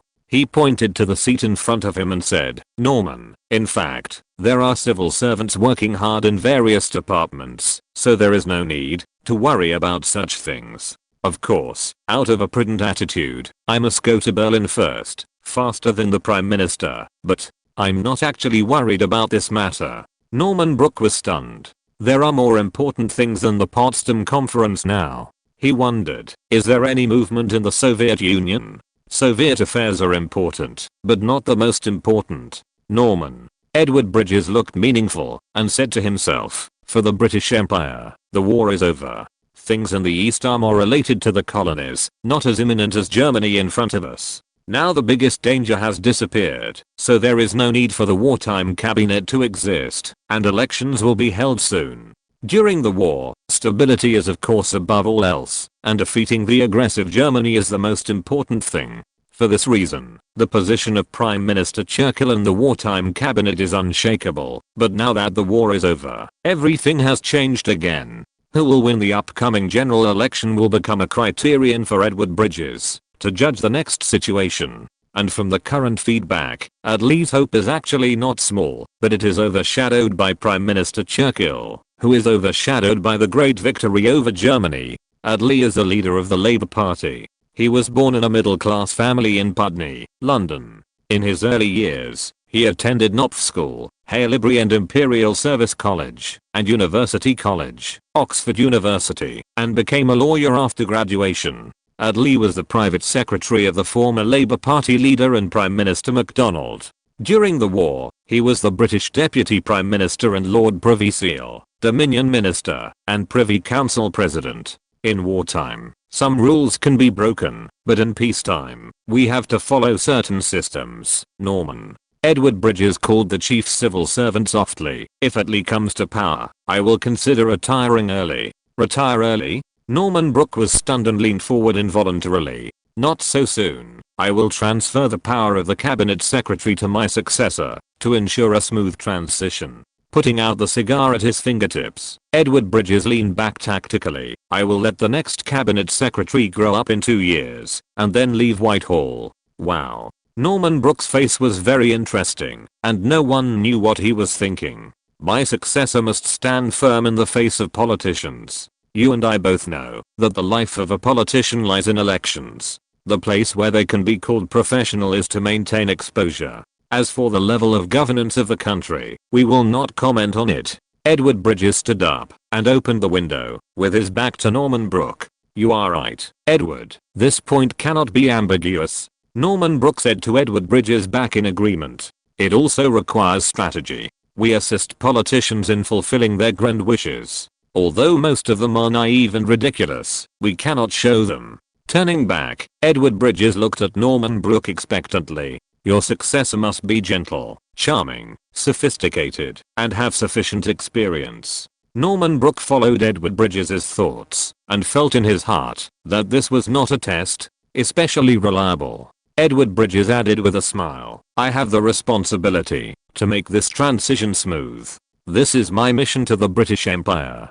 Therefore, I found a successor who fully meets these conditions. So Edward, do you already have this candidate? Norman Brooke asked in an expectant tone. You see, the essence of our business is not to find the answer, but to find the right problem. Let's see who can find the key problem. Edward Bridges laughed dumbly, and it was obvious that talking to a smart person made him feel very comfortable. Edward Bridges did not decide to leave by chance, because during the war, he was tied to Prime Minister Churchill. This history is actually quite early. In fact, he became the cabinet secretary, which had a huge relationship with Churchill, who was not even the prime minister at the time. When he became the cabinet secretary, it was not completely in line with the traditional habits of civil servants. Of course, in the tense moments of war, these were not a problem and were natural. But now that the war is over, some problems must return to their original places, and the broken rules should be amended. Edward Bridges took the initiative to propose a return to tradition, so that the initiative can still be in his hands.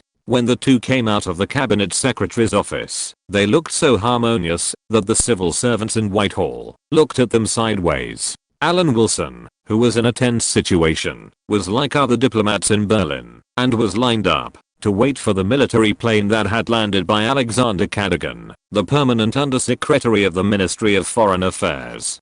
People who don't know would think that the Prime Minister has arrived. F4 muttered in a weak mosquito-like voice. More important than the Prime Minister, Mr. Edward is more senior than us. Alan Wilson looked forward, maintaining the manners of a young diplomat, watching the military plane slowly stop. The cabinet permanent undersecretary, or the current cabinet secretary, Edward Bridges, got off the military plane easily. End of this chapter. Thank you very much for reaching the end. Don't forget to like. Looking for more exclusive content and immediate access? Subscribe to our Patreon. Remember, every like, subscription, or donation encourages us to continue. Thanks to everyone. See you in the next video.